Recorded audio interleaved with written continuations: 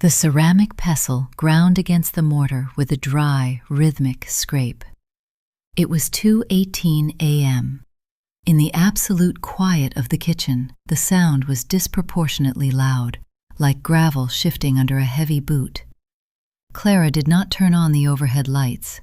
Instead, she worked by the cold, pale blue light emitting from the microwave's digital clock, her fingers moving with the dull precision of a machine that had performed this exact sequence hundreds of times before. She lifted the pestle. A fine yellow dust, the baclofen, clung to the sides of the bowl. Next was the blue tablet.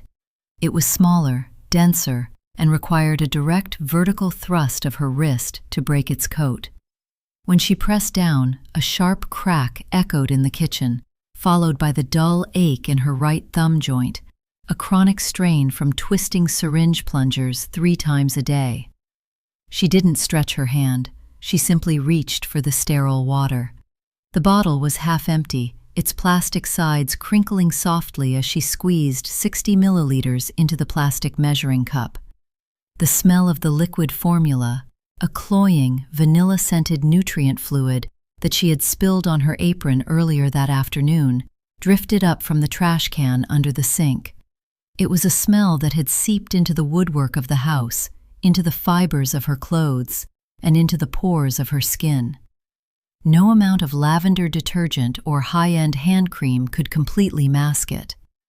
Her phone lay on the marble island, its screen dark except for a single notification banner that had arrived at 4:12 p.m.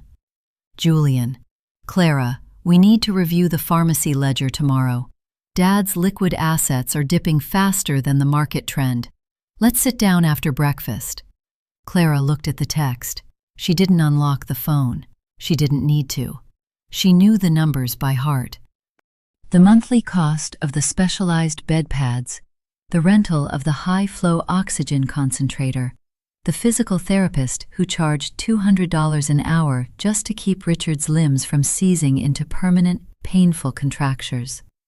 She made a silent calculation. To explain the ledger to Julian would take approximately 2 hours. It would involve pulling 3 separate folders from the filing cabinet in the study, showing him the non-reimbursable Medicare denials, and enduring the silent, skeptical lifting of his left eyebrow.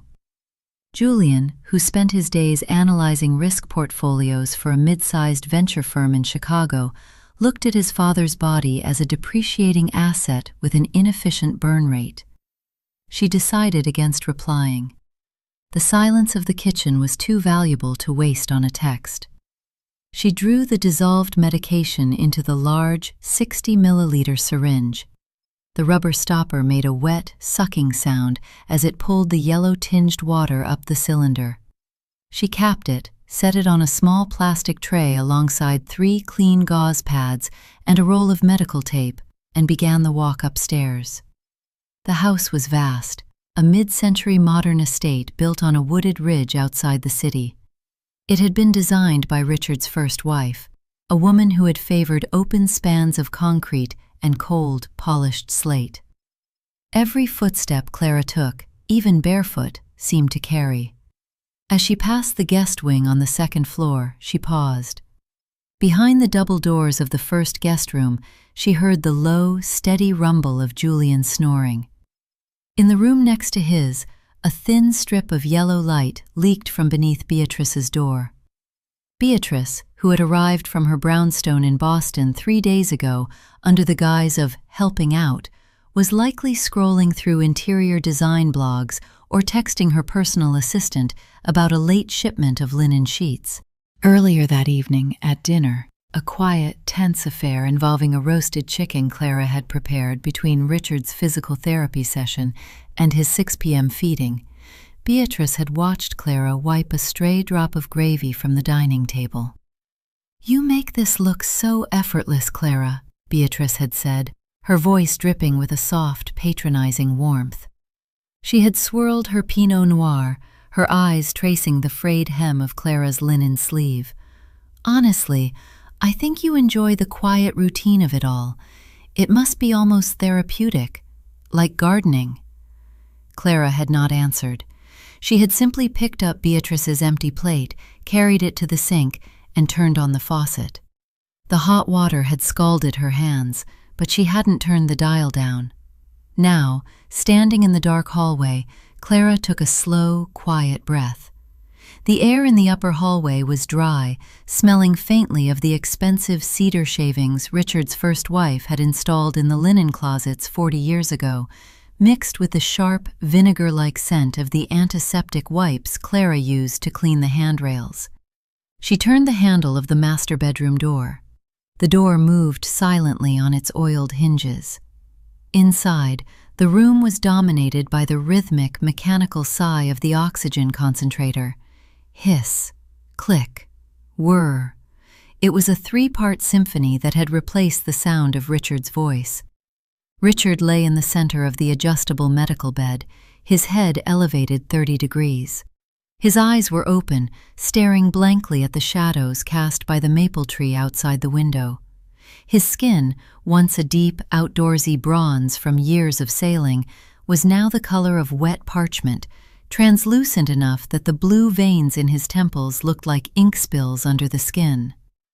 "Richard," Clara whispered. His gaze didn't shift immediately.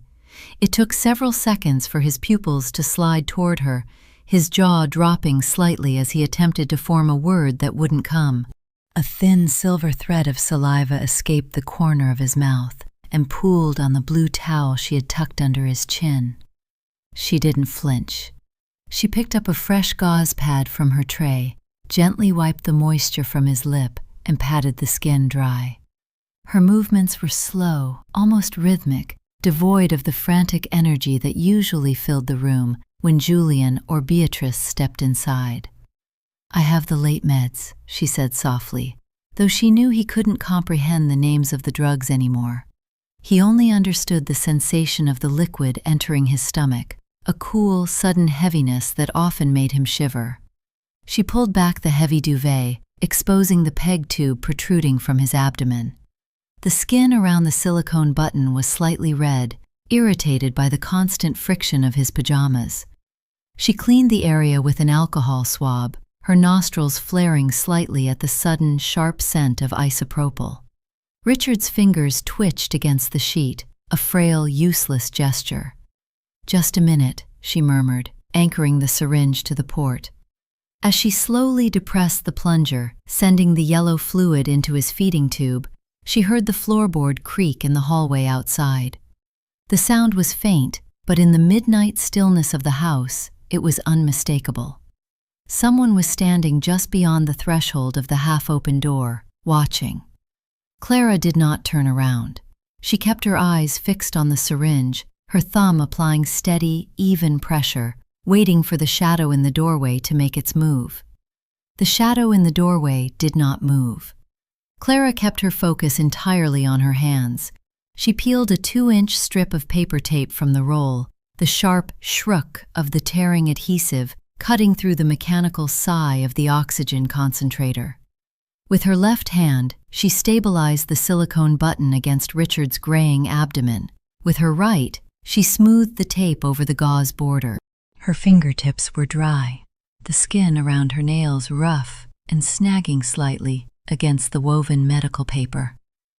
She capped the flesh syringe, placed it back on the tray, and only then did she turn her head. Beatrice stood in the threshold. She was wrapped in a heavy charcoal-colored silk robe, her arms crossed over her chest. Her dark hair was pulled back into a loose, elegant knot, and she smelled faintly of expensive French lavender and white tea, a sharp, fragrant intrusion into the room's prevailing scent of antiseptic wipes and stale linen. She did not step over the brass transition strip that separated the hardwood hallway from the bedroom's thick beige carpet.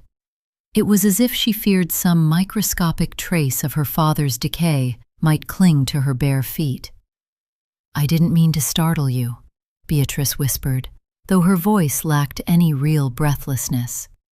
Her eyes scanned the room, lingering on the metal IV pole, the boxes of blue nitrile gloves stacked on the dresser, and finally on her father's face.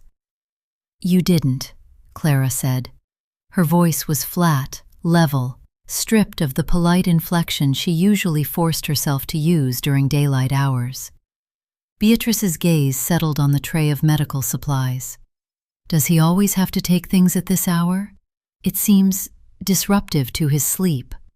Clara picked up a container of sterile wipes. His stomach spasms if the baclofen isn't administered every 8 hours. If he spasms, he risks pulling the tube.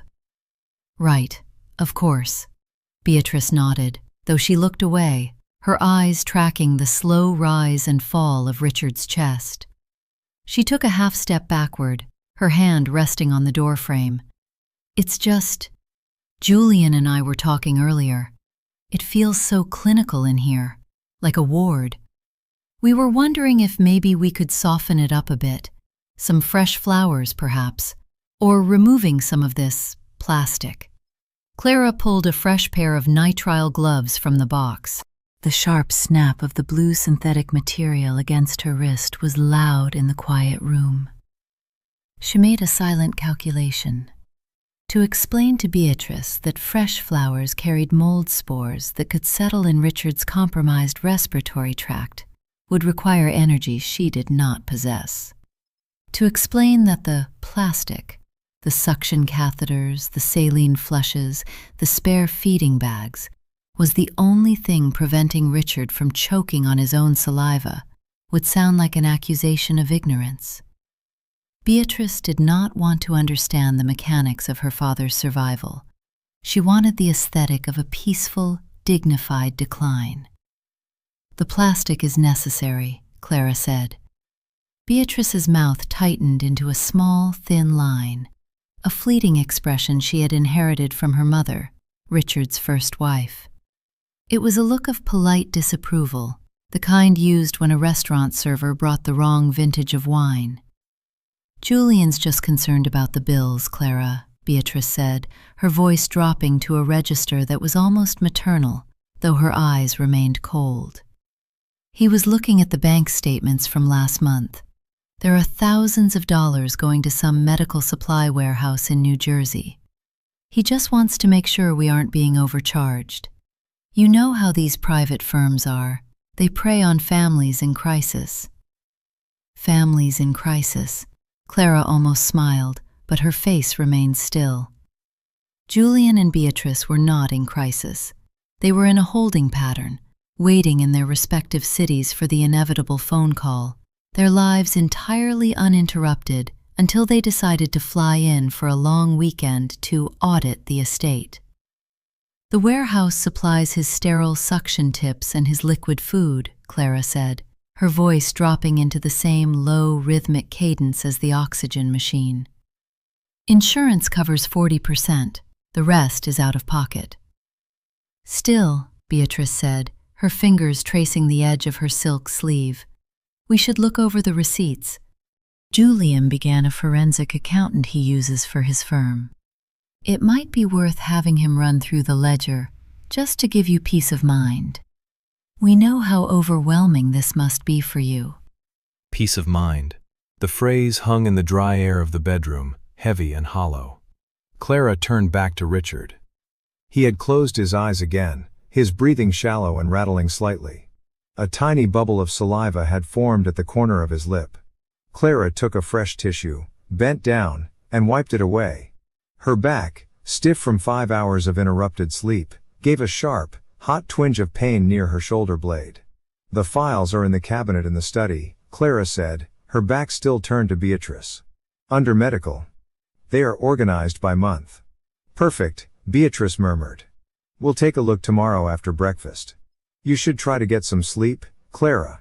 You look quite tired. Clara did not reply. She stood by the side of the bed, her hand resting on the metal rail, listening. Behind her, she heard the soft, dry whisper of Beatrice's bare feet sliding across the hardwood of the hallway, followed by the distant, heavy click of her guest room door closing. The house fell back into its deep, mechanical silence. The oxygen concentrator clicked. Hiss. Click. Whir. Clara looked down at Richard.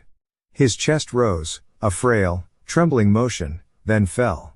In the pale blue light of the room, his face looked like a mask of gray stone. Clara reached out, touched the cold metal of the bed frame, and calculated the hours remaining until the 6 a.m. feeding. 3 hours and 38 minutes. She pulled the duvet up to his collar, turned off the small bedside lamp, and walked out into the dark hallway, leaving the door exactly 3 inches ajar, just as she did every night. The alarm did not ring. It vibrated, a dull, physical shudder against the pine surface of the nightstand that Clara caught on the second pulse. It was 5:45 a.m. She lay still for 30 seconds, eyes fixed on the ceiling plaster, where a faint hairline fracture ran from the light fixture to the corner of the wardrobe.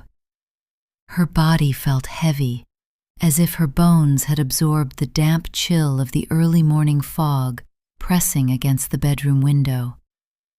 Every muscle in her lower back resisted the motion of sitting up, but the internal clock of a caregiver does not allow for hesitation. She slid her feet out of bed and onto the cold slate tiles of the floor. A sharp tremor of cold ran up her legs, momentarily clearing the fog from her brain. In the bathroom, she turned the brass faucet. The water in this part of the ridge always had a slight, sulphurous tang before it ran hot, a metallic smell that clung to the porcelain basin. She splashed her face twice with the freezing water, refusing the comfort of the towel until she had let the cold sink into her eyelids. When she wiped her face, she looked at herself in the mirror. The skin under her eyes had a gray, bruised quality, and the tiny lines around her mouth seemed deeper than they had been 6 months ago. She did not dwell on it. She had exactly 15 minutes to prepare the morning feed before Richard's pump was scheduled to run. Downstairs, the kitchen was dark and quiet, though the air already held a faint trace of cedarwood cologne and mint toothpaste. Julian was already awake. Clara found him standing by the glass double doors that opened onto the back patio, a steaming mug of espresso in his hand. He was dressed in a pristine gray cashmere pullover and dark trousers, looking as though he had slept for 10 undisturbed hours. His hair was perfectly parted, and he was staring out at the mist rising from the lawn. "Morning, Clara," he said without turning around. He took a slow sip of his espresso. "I hope you slept well." "Good morning," Clara said. She went straight to the pantry. She retrieved 2 cartons of the high-calorie feeding formula, thick, sterile cartons that felt heavy and cold in her hands. She shook the first carton vigorously. The rhythmic, dense sloshing of the liquid was the only sound in the kitchen for several seconds. "I was looking through the study earlier," Julian said, his voice casual, almost conversational. He turned around, leaning his lower back against the marble island, his eyes tracking her movements with a cool, analytical focus. "I woke up early and thought I'd save us some time. I found the ledger folders you mentioned to Beatrice." Clara did not stop shaking the carton. "Did you find what you were looking for?" "Some of it," Julian said. He set his espresso down on the counter with a soft clink. "But I have to admit, I'm a bit confused by the invoicing from Dr. Ross, the physical therapist. 3 visits a week at $250 per session. That's $3,000 a month, Clara, out of pocket. The insurance statements show they denied the claim back in November." Clara set the shaken carton on the counter and picked up the second one. She began to shake it. "The insurance stopped paying because they classified Richard's condition as static," she said, her voice even and flat. "They only cover therapy if there is a documented expectation of improvement. Richard will not improve." "Exactly," Julian said, his tone brightening slightly, as if he had just won a minor point in a board meeting. "So if there's no expectation of improvement, why are we spending $3,000 a month on mobilization? Surely a basic stretching routine, something you could do yourself, would suffice?" It seems like an extraordinary leak in his liquid capital. Clara stopped shaking the carton. She made a silent, rapid calculation. If she explained to Julian that without Dr. Ross's manual mobilization, Richard's joints would contract so severely that his knees would eventually be drawn up to his chest, causing agonizing pressure sores that would inevitably become infected, Julian would simply nod and ask if there was a cheaper therapist. If she told him that she spent 4 hours a day lifting an 85-pound man and did not have the physical strength or the training to perform advanced joint manipulation without breaking Richard's brittle bones, he would look at her with that polite, sympathetic pity that was worse than an insult. She chose the path of least resistance. "We can discuss it after breakfast," she said. Julian let out a short, quiet breath, not quite a sigh, but the sound of someone whose patience was being tested by an inefficient employee. "Of course, I just think we need to be realistic about resource allocation. Dad's investments aren't yielding what they used to, and Beatrice and I have to look at the long-term sustainability of his care. We can't just throw money at private specialists because it's convenient." Convenient. Clara looked at the yellow-tinted liquid formula as she poured it into the clean plastic feeding bag. The smell of synthetic vanilla and heavy vitamins drifted up, sweet and medicinal, making her stomach turn slightly. She hadn't eaten since noon the previous day, but the thought of food made her throat tighten. "I need to start his pump," Clara said, lifting the full feeding bag by its plastic hanger. "Go ahead," Julian said, picking up his espresso mug again. "Beatrice should be down by 7. We'll sit down in the dining room then. I've already laid out the invoices from the medical supply company on the table." Clara did not look at him as she walked past. She carried the bag, the saline flush syringe, and the alcohol wipes up the stairs. The air in the upstairs hallway was warmer now, thick with the scent of the central heating unit kicking on. It was a dry, dusty heat that made her skin feel tight. When she entered Richard's room, she found him exactly as she had left him, though his eyes were closed. His breathing was heavier now, a wet, rattling sound that indicated he needed to be suctioned before the feeding could begin. She hung the feeding bag on the metal pole, the plastic tube dangling like a thin, clear vine. She reached for the suction machine, her hand resting on the hard plastic casing of the pump. As she flipped the switch, the loud, grinding hum of the vacuum motor filled the room, drowning out the gentle sigh of the oxygen concentrator. It was a harsh, ugly sound that always made Richard's shoulders tense, even in his sleep. Clara stood over her husband, the suction catheter in her hand, waiting for his eyes to open, while downstairs she heard the faint, distant clatter of Julian setting up his laptop on the mahogany dining table. The red rubber catheter coiled around Clara's gloved hand like a small, sterile snake. She dipped the tip into a plastic cup of sterile water to lubricate it, the suction machine screaming its high-pitched vacuum whine on the bedside table. Richard's eyes flew open. They were watery, yellowed at the corners, and wide with a familiar, primal panic. He knew what was coming. His throat clicked as he tried to swallow, his dry tongue rising against the roof of his mouth in a useless defense. "Just a moment, Richard," Clara murmured. Her voice was steady, empty of pity, operating in the low register she used to de-escalate his panic. She inserted the catheter into his tracheostomy tube. Instantly, the machine's high whine dropped into a wet, laboring gurgle. Richard's chest convulsed, his shoulders lifting 3 inches off the sheepskin mattress as he coughed, a dry, hollow barking sound that rattled his ribs. Clara didn't look away from his face. She watched his pupils dilate, her left hand resting firmly on his collarbone to keep him from thrashing, while her right hand slowly rotated the tube, drawing out the thick, clear secretions that threatened to choke him. The secretions flowed through the clear plastic tubing, warm and frothy, emptying into the canister with a small, splashing sound. Richard slumped back into the pillows, his chest heaving, his face flushed a deep, mottled purple. A single tear escaped his left eye, cutting a clean path through the film of dried skin on his cheek.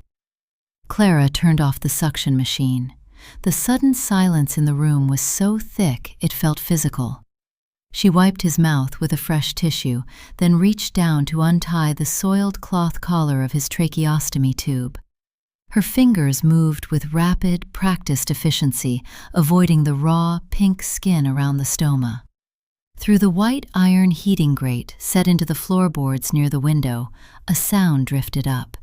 It was the low, muffled vibration of voices from the dining room directly below. Clara stood still, the dirty tracheostomy collar in her hand. She leaned slightly toward the floor register. Not about being hostile. Beatrice's voice was faint but distinct, filtered through the tin air ducts. It's about transparency. If she has nothing to hide, she won't mind us looking. It's just that she's so defensive whenever we bring up the trust. She's defensive because she knows she's in over her head, Julian replied, his tone carrying the sharp, crisp resonance of a man accustomed to speaking in conference rooms. She's a former nurse's aide, Beatrice. She doesn't understand asset preservation. She sees a pool of money and assumes it's infinite. We have to draw the line before the primary estate is diluted to the point where we're paying out of pocket for her mistakes. Clara stood over the grate, her face expressionless. She made a silent, cold calculation. Richard's medical trust, established by his attorneys 5 years ago after his initial diagnosis, was currently valued at $2.4 million. The monthly expenditure for his in-home care, including the specialized equipment, the non-formulary medications, the physical therapy, and the sterile dressings, averaged $9,600. At the current rate of inflation and his projected decline, the trust would easily outlive him by 15 years. There was no danger of dilution. What Julian and Beatrice actually feared was that when Richard finally died, the remainder of the trust would dissolve into the general estate, of which Clara was legally entitled to 1/3 under the terms of the prenuptial agreement they had forced her to sign. Every dollar spent on keeping Richard comfortable, clean, and pain-free was, in their eyes, a dollar being subtracted from their eventual inheritance. She looked down at the dirty tracheostomy collar. It was stained with a small spot of old blood and yellow ointment. Clara walked to the closet and pulled out a fresh, sterile collar. She returned to the bed, bent over Richard, and carefully threaded the white cotton band behind his neck.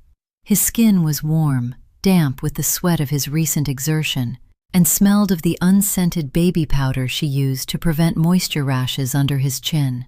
He was looking at her, his eyes tracking the movement of her hands. There was a faint, pleading look in his gaze, not for his children, but for her to keep him still, to keep him safe from the choking. He did not know his children were downstairs. He did not know they were counting the cost of his breath. She tied the knot on the side of his neck, ensuring it was loose enough to fit 2 fingers underneath. "Now the feed," she said softly. She primed the line of the feeding bag, watching the beige formula run down the plastic tube until it reached the tip. She connected it to his PEG tube port, set the enteral pump to 65 milliliters per hour, and pressed the green Run button. The pump gave a short, high-pitched beep, then began its steady, rhythmic pulse. Or click, or click. Clara gathered the used syringe, the dirty canister, and the soiled collar, placing them on her plastic tray. She stripped off her blue gloves and tossed them into the wastebasket. Under her fingernails, she could still feel the phantom itch of the dry paper tape adhesive. She had 20 minutes before she was expected downstairs. She walked over to the bathroom, washed her hands with the harsh antibacterial soap until the skin on her knuckles felt tight and paper-thin, and then she stood before the mirror. She smoothed down her faded cotton blouse, tucked a loose strand of hair behind her ear, and picked up the medical ledger folder from the top of the dresser. The folder was heavy, its cardboard corners bent and softened from months of handling. Inside were 312 pages of receipts, organized by date, store, and prescription number. Every single item, from the $24 boxes of sterile gauze to the $9 containers of thickener powder, was documented. She held the folder against her chest like a shield, took a slow, deep breath of the stale, eucalyptus-scented air, and turned toward the stairs. The fifth step from the bottom of the grand staircase had always creaked, a high, dry groan that Richard had meant to fix 20 years ago. Clara stepped over it. Her worn leather slippers made no sound as she crossed the cold slate of the foyer and entered the dining room.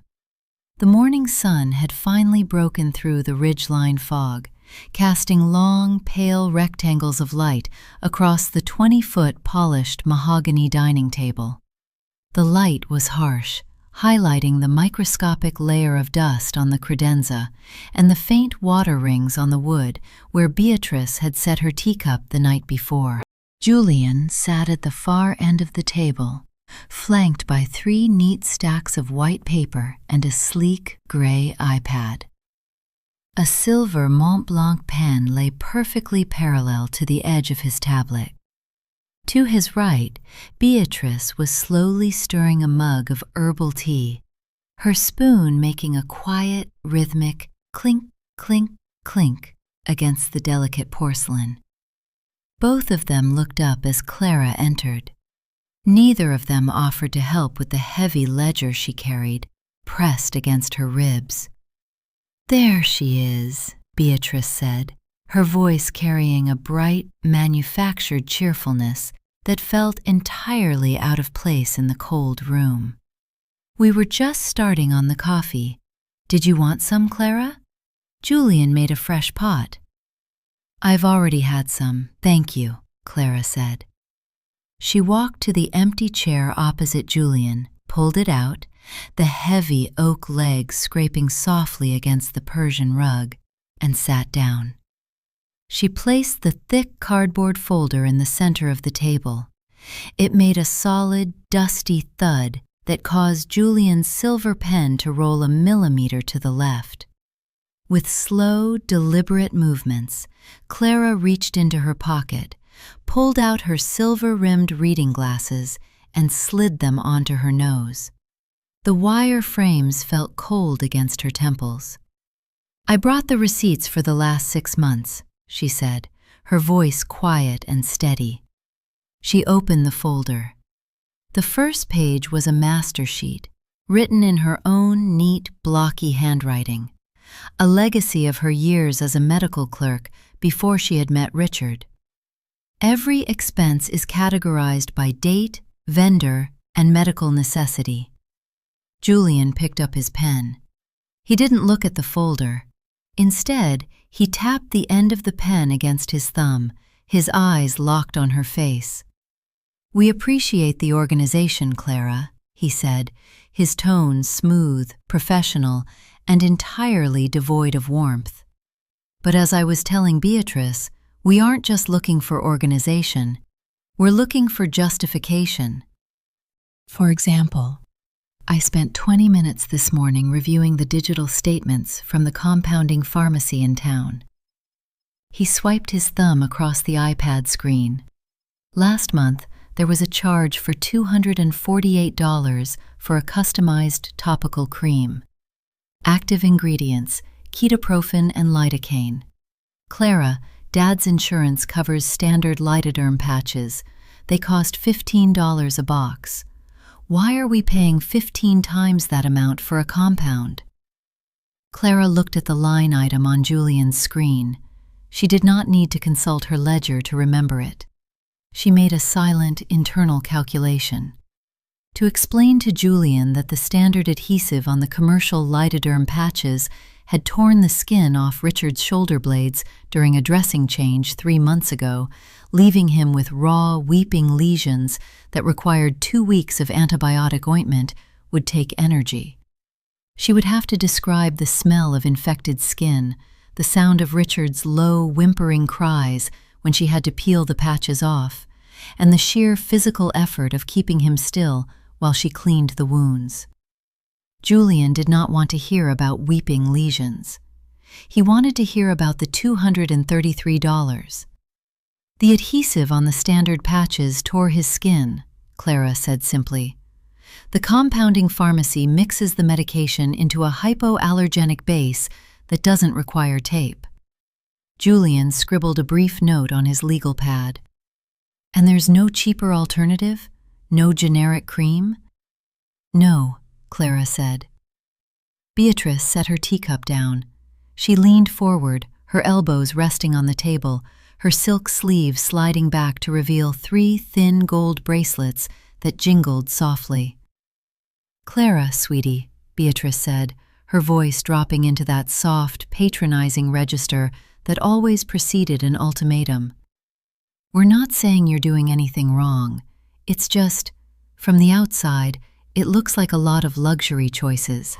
The premium brand of bed pads, the organic soap, the specialized physical therapy. It's almost as if you're using Dad's trust to fund a lifestyle of convenience. Julian and I have to think about what happens if his care needs to scale up. What if he needs to go into a facility? If we burn through his liquid capital now on these high-end choices, we won't have the reserves for a proper private room later. A luxury choice. Clara looked down at her own hands. Her knuckles were red and swollen from the constant immersion in antiseptic soap. Her fingernails were trimmed short, practical, and devoid of polish. She was wearing a 6-year-old cotton blouse she had bought at a discount store before she had ever stepped foot into this house. She thought of the private drawer in her nightstand upstairs. Inside that drawer were dozens of receipts she had never put in the ledger. Receipts paid for with her own small personal savings. The soft flannel sheets she had bought to replace the scratchy hospital linens. The small CD player she used to play classical music to soothe Richard's night terrors. The lavender lotion she rubbed into his heels every evening to keep them from cracking.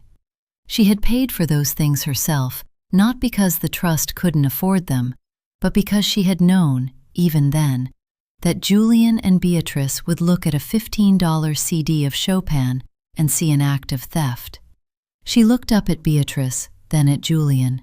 For the first time in 6 months, the knot of anxiety in her stomach didn't tighten.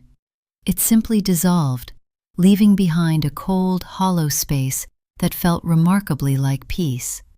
I see, Clara said. She closed the ledger folder.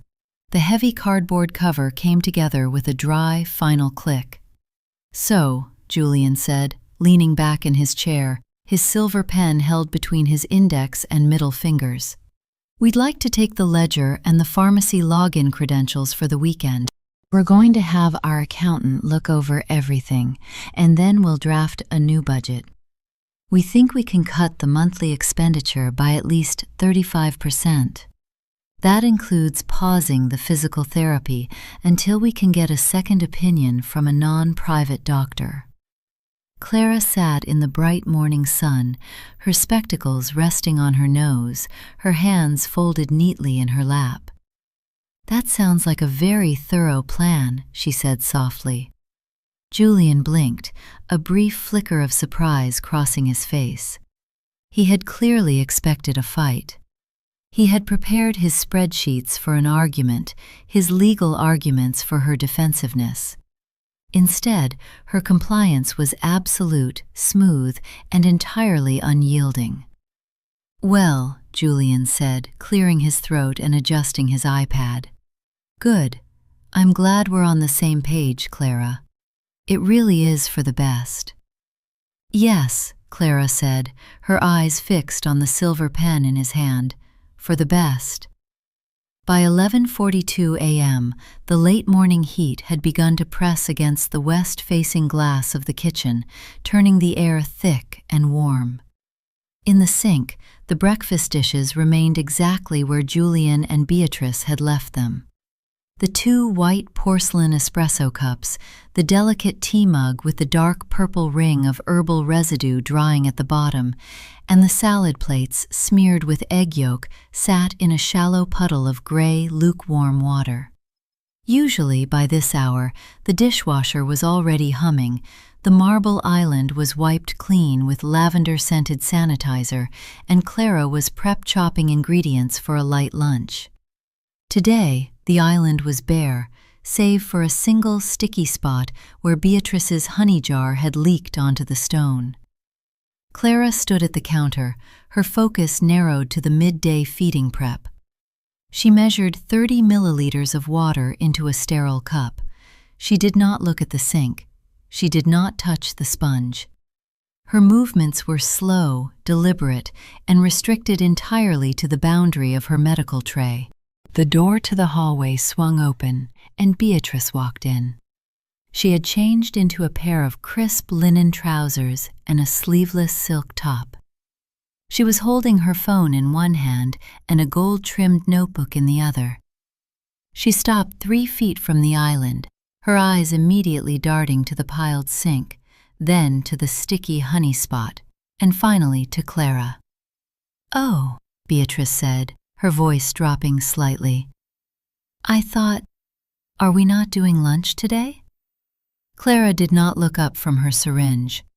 "I have to perform Richard's midday suctioning, change his linen, and administer his 12 p.m. feed." "Right, of course," Beatrice said, shifting her weight from one foot to the other. She glanced at her phone, then back at the sink. "It's just, Julian and I have been in the study since 9, going through the bank records. We're absolutely starved. I saw there was some leftover chicken in the fridge, but it's still on the bone." Clara pulled the plunger of the syringe back, drawing in 30 milliliters of clean water. The rubber stopper made its familiar wet click. "The chicken is in the middle drawer. Do you mind just tossing it into some salad greens for us? Whenever you get a second?" Beatrice smiled, the expression polite, soft, and entirely expectant. It was the smile of someone who had never had to ask twice for a meal in her life. "Julian has a call with his legal team at 1, and he really needs to eat before then." Clara set the syringe on her tray. She looked at Beatrice. Her expression was perfectly neutral, her eyes cool behind her reading glasses. "I won't have time," Clara said softly. "Richard's physical therapist is not coming today, so I have to perform his range of motion exercises myself. It takes 45 minutes. If I don't do them, his knees will stiffen." Beatrice's smile wavered, the corners of her mouth twitching before settling into a flat line. "Well, surely you can take 10 minutes to put some food on a plate. It's just salad, Clara." "I cannot," Clara said. Her voice remained at a steady, quiet whisper. "If I delay his feeding, his blood sugar will drop, and the medication will irritate his empty stomach. I have to stick to the schedule." Beatrice let out a short, sharp breath through her nose. It was the first visible sign of irritation, a subtle fracture in her polite facade. "Fine, I'll order something on DoorDash, I guess, though the delivery up here takes forever." She turned on her heel and walked back toward the study, the swing door shutting behind her with a dull, wooden thud. Clara stood in the quiet kitchen. She made a silent, precise calculation. By refusing to prepare their lunch, she had saved herself exactly 24 minutes of physical labor, including the subsequent cleanup. More importantly, she had preserved 32% of her physical energy for the task that lay ahead. turning Richard's 85-pound limp frame to change his soiled sheets. Usually, she did this in complete silence, performing the complex leverage maneuvers with her knees and lower back so quietly that the children down the hall never even knew it happened. They assumed the sheets stayed clean through some natural, effortless magic. She picked up the medical tray. The air in the upstairs hallway was even warmer than before. As Clara approached Richard's door, she could hear the faint, high-pitched whistle of his breathing. The feeding tube pump was still humming its quiet, rhythmic pulse. Whir-click, whir-click. Richard was awake. His eyes darted to her as she entered, tracking the plastic tray in her hands. "Let's get you cleaned up, Richard," she said softly. She set the tray on the nightstand, next to a half-empty box of tissues and a bottle of moisturizing lotion. She reached down, pulled the heavy duvet back, and immediately smelled the sharp, sour tang of sweat and damp linen. Richard had had a minor bowel movement during the night. Not enough to trigger the sensor, but enough to require a full linen change. She looked at his frail, contracted legs, drawn up slightly toward his torso. She could do this alone. She had done it alone for 2 years. But as she reached for the dry draw sheet under his hips, she stopped. Her eyes drifted to the floor register near the window, through which she could hear the faint, muffled sound of Julian's voice on his speakerphone, discussing asset allocation and unnecessary caregiver overhead. Clara slowly let go of the sheet.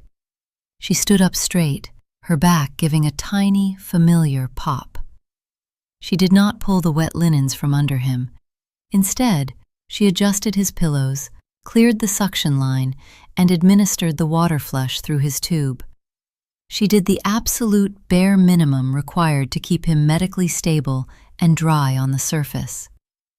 The heavy, difficult work, the turning, the lifting, the deep scrubbing of the waterproof mattress pad, she left undone. She walked out of the room, leaving the door exactly 3 inches ajar. Downstairs, the front doorbell rang. The delivery driver had arrived with Beatrice's lunch. Clara stood on the landing, her hand resting lightly on the polished cedar banister, listening to the sound of Beatrice's heels clicking across the slate foyer to fetch her salad. At 3:45 p.m., the sun hit the western side of the house at a steep angle, casting long, dusty beams of yellow light through the floor-to-ceiling windows of the living room. In the kitchen, the stainless steel trash can was overflowing. The brown paper bag from Beatrice's DoorDash delivery was shoved precariously on top, greasy spots of dressing soaking through the paper, while a plastic container of half-eaten arugula salad sat wedged against the lid. 3 small fruit flies hovered in a lazy circle above the rim. Normally, Clara emptied the kitchen bin twice a day, walking the heavy plastic liners down the gravel path to the larger dumpster behind the garage. Today, she had walked past the overflowing bin 3 times to rinse Richard's medication cups, her eyes never lingering on the mess. Upstairs, Clara was performing Richard's oral hygiene. She dipped a green, star-shaped foam swab into a small cup of mint-flavored, dry-mouth rinse. The liquid was thick, designed to coat the sensitive, parched tissues of a mouth that remained permanently open. "Open slightly, Richard," she whispered. With gentleness that bordered on the mechanical, she slid the wet foam swab past his cracked lips. She cleaned the roof of his mouth, the inside of his cheeks, and the pale, dry surface of his tongue. The foam swab made a soft, sticky squeak against his teeth. Richard's throat clicked as he instinctively swallowed a drop of the moisture, his fingers twitching against the cotton sheet. A heavy step sounded on the stairs. Julian's silhouette appeared in the doorway of the bedroom. His cashmere pullover was gone, his dress shirt unbuttoned at the collar, the sleeves rolled up to his forearms. He looked slightly disheveled, a faint line of tension etched between his eyebrows. He was holding a stack of printed spreadsheets in one hand. "Clara," he said. He didn't step into the room, his eyes scanning the medical cart before settling on her. "Do you know why the trash downstairs hasn't been taken out? It's beginning to smell like rotting garlic in the foyer." Clara did not stop her movement. She rotated the foam swab carefully along Richard's lower gum line. "I have been occupied with Richard's clinical care." Julian let out a sharp, dry breath. "Taking the trash out takes 2 minutes, Clara. It's a matter of basic sanitation, and Beatrice is complaining about the fruit flies." "The sanitation in this room is my priority," Clara said, her voice remaining at its soft, level whisper. She pulled the soiled green swab out of Richard's mouth and dropped it onto her plastic tray. "If I leave him unattended to carry trash to the garage, I risk him aspirating if his pump malfunctions." Julian's mouth tightened. He tapped the edge of his spreadsheets against his thigh. "Fine, I'll do it myself. But we also have another issue. Dr. Ross didn't show up. His scheduled time was 3 o'clock. I've been waiting in the study to speak with him about the invoice structure." Clara picked up a fresh swab and dipped it into the dry mouth rinse. "Dr. Ross will not be coming," she said. Julian froze. "What do you mean he won't be coming? Did he reschedule?" "No," Clara said. She turned back to Richard, her back to Julian. "I called his office at 8:30 this morning. I informed his billing department that the estate was undergoing a forensic financial audit and that all outstanding and future invoices were being paused until your accountant could approve the budget. Dr. Ross's practice does not provide services on credit. They canceled his sessions indefinitely." Julian stepped over the brass transition strip, his voice rising slightly, though he kept it under a tight corporate wrap. "Clara, I didn't tell you to cancel his sessions. I specifically said we wanted to review the files. You've unilaterally stopped his physical therapy." Clara turned her head slowly, her silver-rimmed glasses catching the harsh afternoon light. "I did not cancel them, Julian. I reported the financial status of the estate accurately, as you requested. Dr. Ross's billing clerk made the decision to suspend services. If you would like to reinstate them, you can call them back and provide your personal credit card as a guarantee of payment while your review is pending." Julian stared at her, his jaw working silently. He looked down at the spreadsheets in his hand, then back at Clara's calm, unreadable face. She made a silent, cold calculation. To hire a new physical therapist would require a new clinical assessment, which would cost $450 out of pocket. Furthermore, within 18 hours, the lack of joint mobilization would cause Richard's hamstring muscles to tighten. By tomorrow morning, his knees would begin to lock into a painful flexion. When Julian and Beatrice tried to sit him up, they would have to listen to the low, guttural groans of a man whose joints were being forced against fused tissue. She would let them hear those groans. She would let them feel the weight of the $90 they had saved by canceling today's session. "That won't be necessary," Julian said, his tone stiffening as he tried to regain control of the room. "We will find a more cost-effective provider. I'm sure there are plenty of licensed therapists who don't charge private luxury rates. I'll have my assistant look into it on Monday." "Of course," Clara said. She turned back to Richard and began cleaning his upper teeth.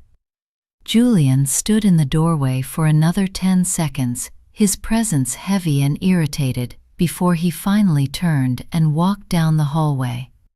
His steps were louder this time, his leather loafers clacking heavily on the hardwood stairs. Clara finished the oral care. She wiped Richard's chin with a clean cloth, disposed of the plastic cup, and turned off the small desk lamp. The room grew dim as the sun slipped further behind the pine trees outside, leaving the space in a cool, gray shadow. From downstairs, she heard the loud, metallic slam of the kitchen trash can lid, followed by the sound of Julian muttering something to Beatrice in the foyer. The Cold War had begun, and for the first time in 2 years, Clara felt absolutely no urge to fix it. By 6:30 p.m., the dusk had settled over the ridge like a heavy, purple-gray blanket. The main floor of the house was completely dark, save for the weak, flickering glow of the television in the den, where Julian was catching up on the financial news. The grand dining room, usually warm with the smell of roasting garlic or braised beef, was cold. The mahogany table remained littered with Julian's open spreadsheets, a stray, dried ring of black coffee staining the wood near his tablet. Usually, at this hour, Clara would be pulling a warm plate of food for the oven for the family. Today, the stove was dead, its black glass cooktop reflecting only the dark branches of the pines outside. Upstairs, Clara was performing Richard's evening spasticity routine. It was a grueling task. Without the afternoon mobilization session with Dr. Ross, Richard's nervous system had begun to misfire. His left arm was drawn tightly against his chest, his elbow locked at a sharp, unnatural 90-degree angle. His fingers were curled inward into a hard, defensive fist, the nails pressing deep into the soft skin of his palm. "Easy, Richard," Clara murmured. She sat on the edge of the bed, her knees bracing against the metal frame for leverage. Her physical routine was methodical. She rubbed a small amount of warm oil onto his forearm, then used her thumbs to apply steady, deep pressure to the tendon just below his wrist. Normally, she would spend 45 minutes gently coaxing each finger open, singing softly, or playing a Chopin nocturne to help him relax. Today, she worked in silence. She performed only the standard 5-minute clinical stretches prescribed in the home health manual. When the 5 minutes were up, she did not continue. She simply slid the hard, blue foam cone splint into his palm to keep his fingernails from cutting his skin, taped it in place, and pulled the sheet over his stiff arm. Richard let out a low, whimpering groan, his eyes rolling toward the ceiling in silent distress. "Clara!" Beatrice's voice drifted up from the staircase, loud and thin with irritation. Her heels clicked sharply against the slate tiles of the foyer as she walked toward the kitchen. "Clara, where are you?" Clara did not rush. She slowly capped the oil bottle, wiped her hands on a dry towel, and walked out onto the landing. Beatrice was standing at the bottom of the stairs, her silk robe clutched tightly around her shoulders. In the dim light of the foyer, her face looked pale and frustrated. She was holding her phone, the screen casting a harsh white glare on her chin. "Clara, the delivery driver is at the bottom of the ridge," Beatrice called up, her voice echoing in the high-ceilinged space. "He says the security gate won't open. The remote app on my phone isn't connecting to the gate motor.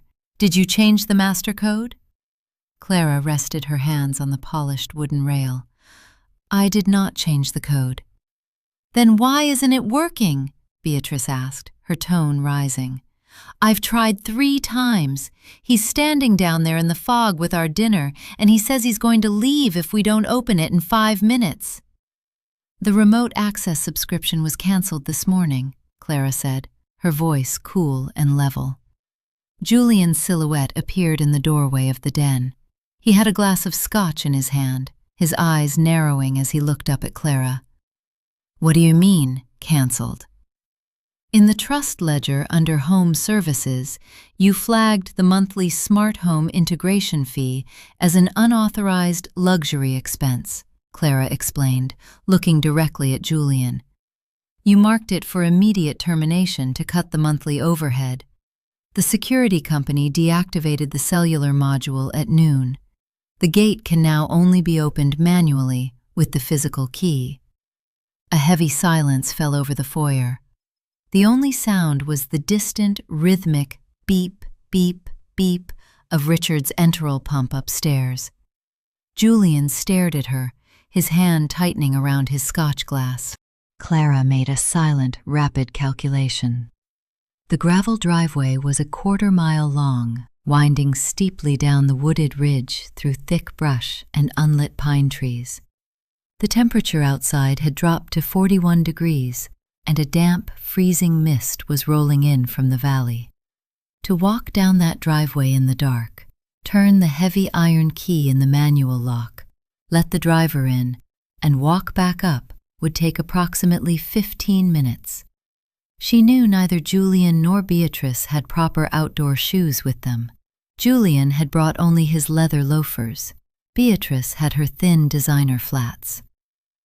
"Where is the physical key?" Julian asked, his voice low and vibrating with a controlled, dangerous anger.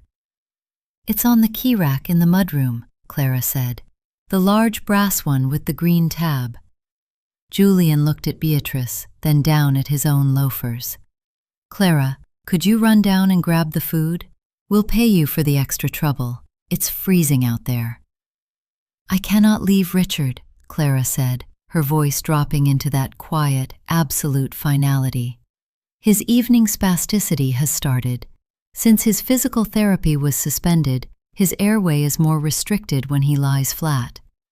I must remain by his bedside to monitor his suctioning every 15 minutes.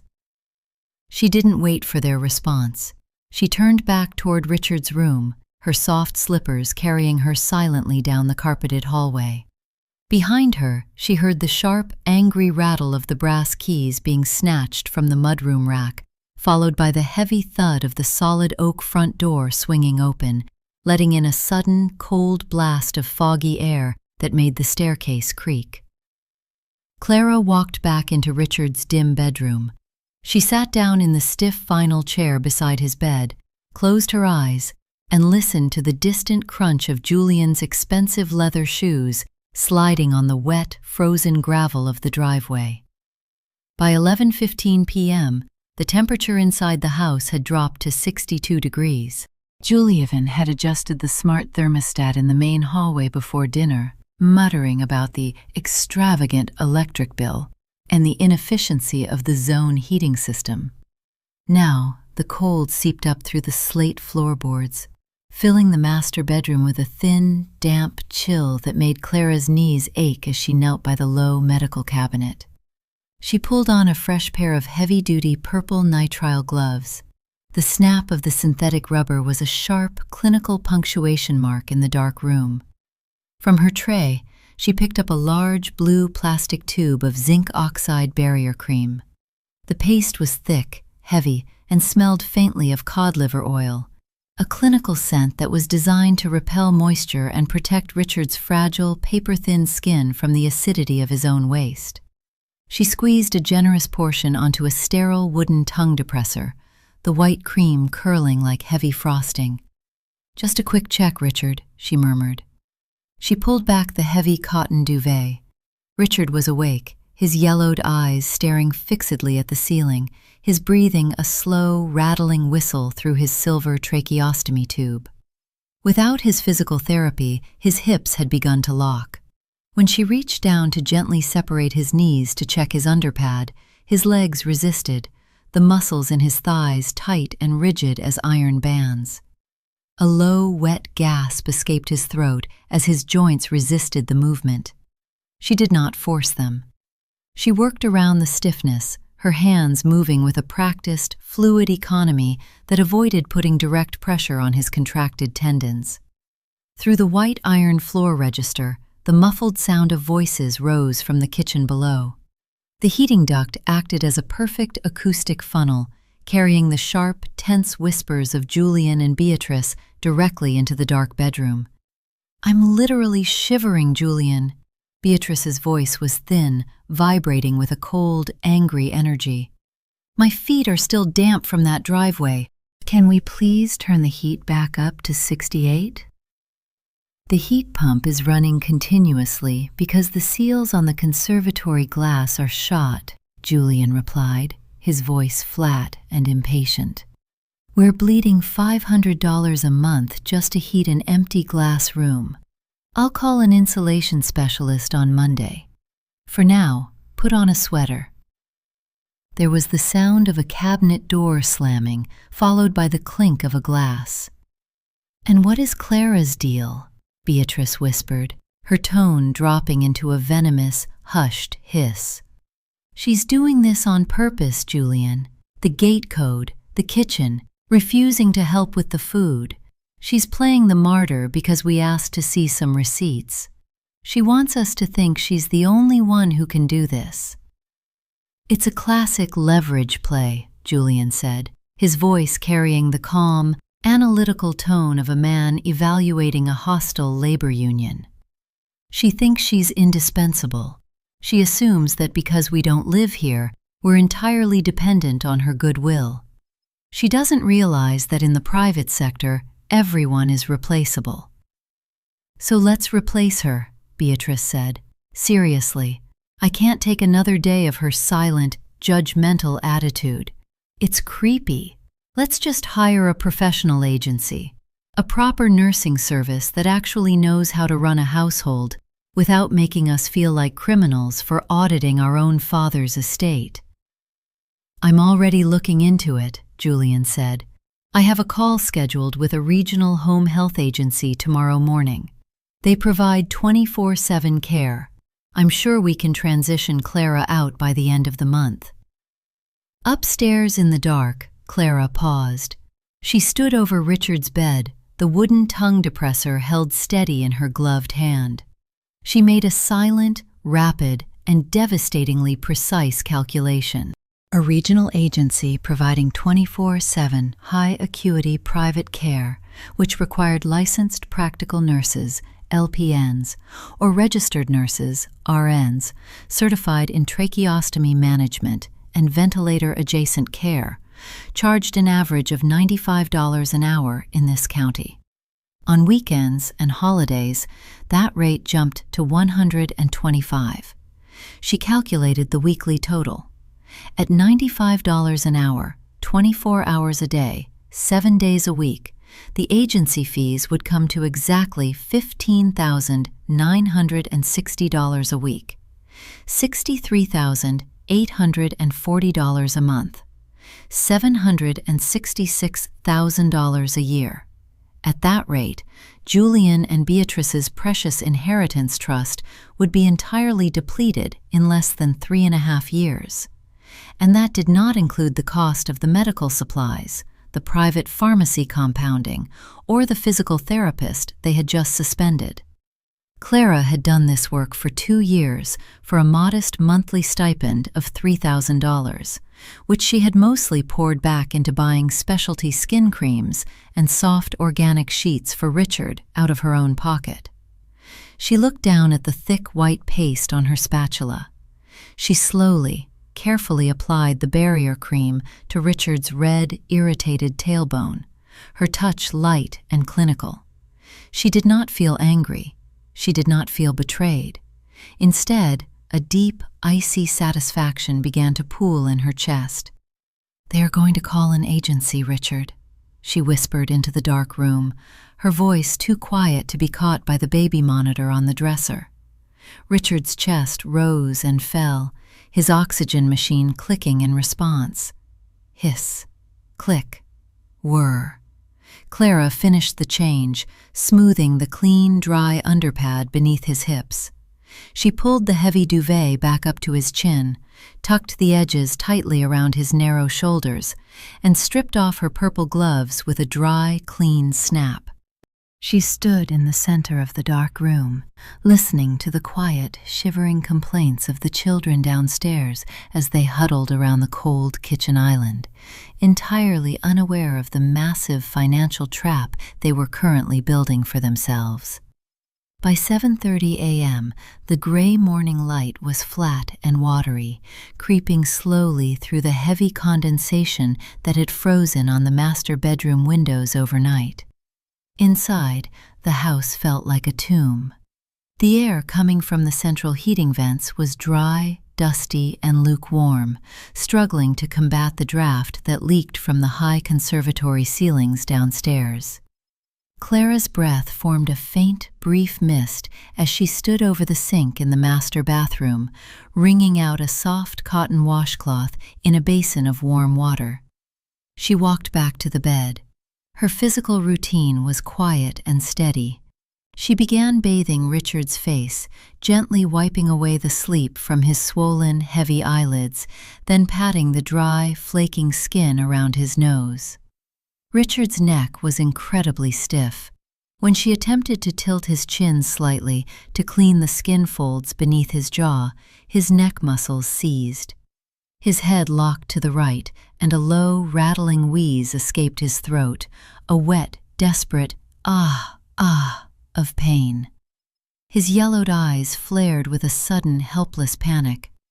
"Don't fight it, Richard," Clara whispered, her touch remaining light, clinical, and completely controlled. "I won't turn your head." She set the damp cloth aside and reached for the moisturizing cream. Without the passive range-of-motion exercises that Dr. Ross usually performed, Richard's cervical spine was beginning to fuse.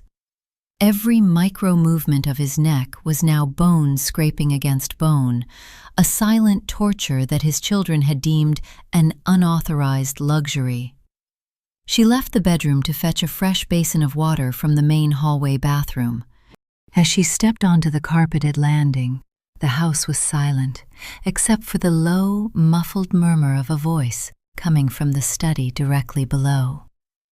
The door to the study was slightly ajar, letting a sliver of yellow desk lamp light spill out onto the dark hardwood of the lower hallway. Clara paused near the banister, her hand resting on the cold wood, her eyes fixed on the sliver of light. "Yes, this is Julian Vance." Julian's voice was crisp, professional, but carrying a distinct edge of fatigue. He was on his speakerphone. "I'm calling to follow up on the inquiry I submitted online last night regarding 24/7 private care for my father, Richard Vance." A high-pitched electronic voice responded from the speaker, too faint for Clara to make out the exact words, but the clinical cadence of a customer intake representative was unmistakable. "Yes, he is currently at home," Julian continued, his pen tapping a rapid, impatient rhythm against his wooden desk. "No, he is not ambulatory. He has a progressive neurological condition. He has a tracheostomy and a PEG tube. Yes, we require suctioning, several times a day and during the night." A pause. The speakerphone crackled. "LPN or RN?" Julian's voice dropped, a subtle note of confusion entering his tone. "Is that legally required? Surely a certified home health aide can handle a basic suction catheter. We have a family member doing it now, and she isn't a registered nurse." The electronic voice on the other end spoke for several seconds, its tone flat, unyielding, and legally guarded. Clara knew exactly what the representative was saying.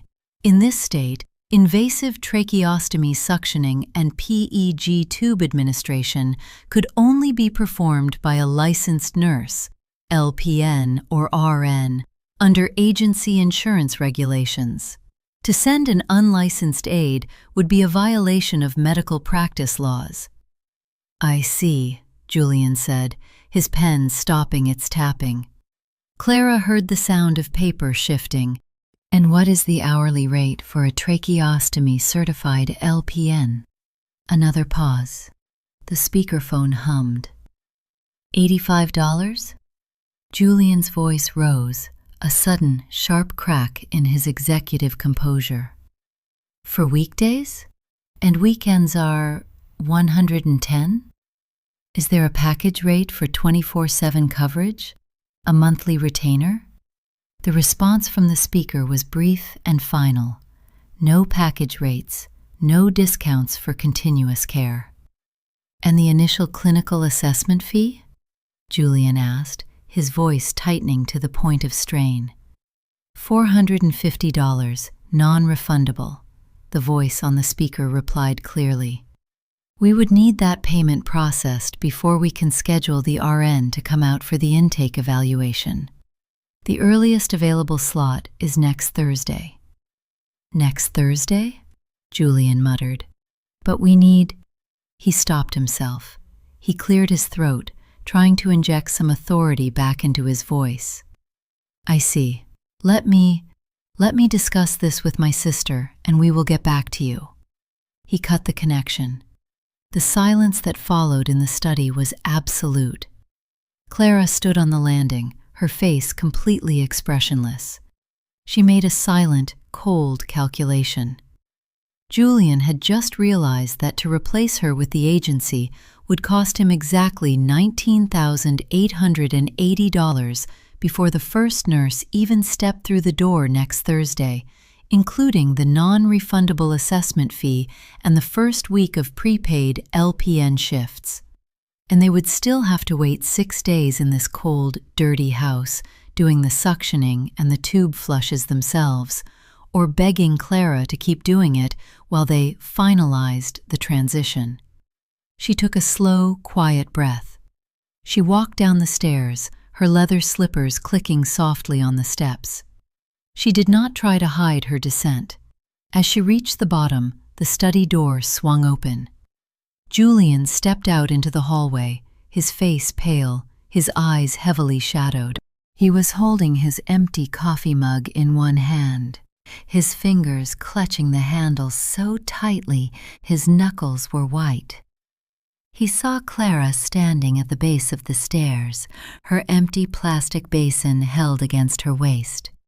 He froze for a fraction of a second, his eyes searching her face to see if she had heard. Clara simply looked at him, her eyes cool, calm, and entirely blank behind her reading glasses. "Clara," Julian said, his voice slightly hoarse. He cleared his throat. We were just going to look over the pharmacy logins. Did you leave them in the study?" "They are on the desk," Clara said softly, "under the black paperweight." She walked past him toward the kitchen, her shoulder brushing his sleeve so slightly that he didn't even move. She did not ask about the phone call. She did not ask about his lunch. She simply filled her basin with warm water, turned off the faucet, and began the walk back up the stairs, leaving him alone in the freezing, silent foyer with his cold coffee and his $63,000 a month problem.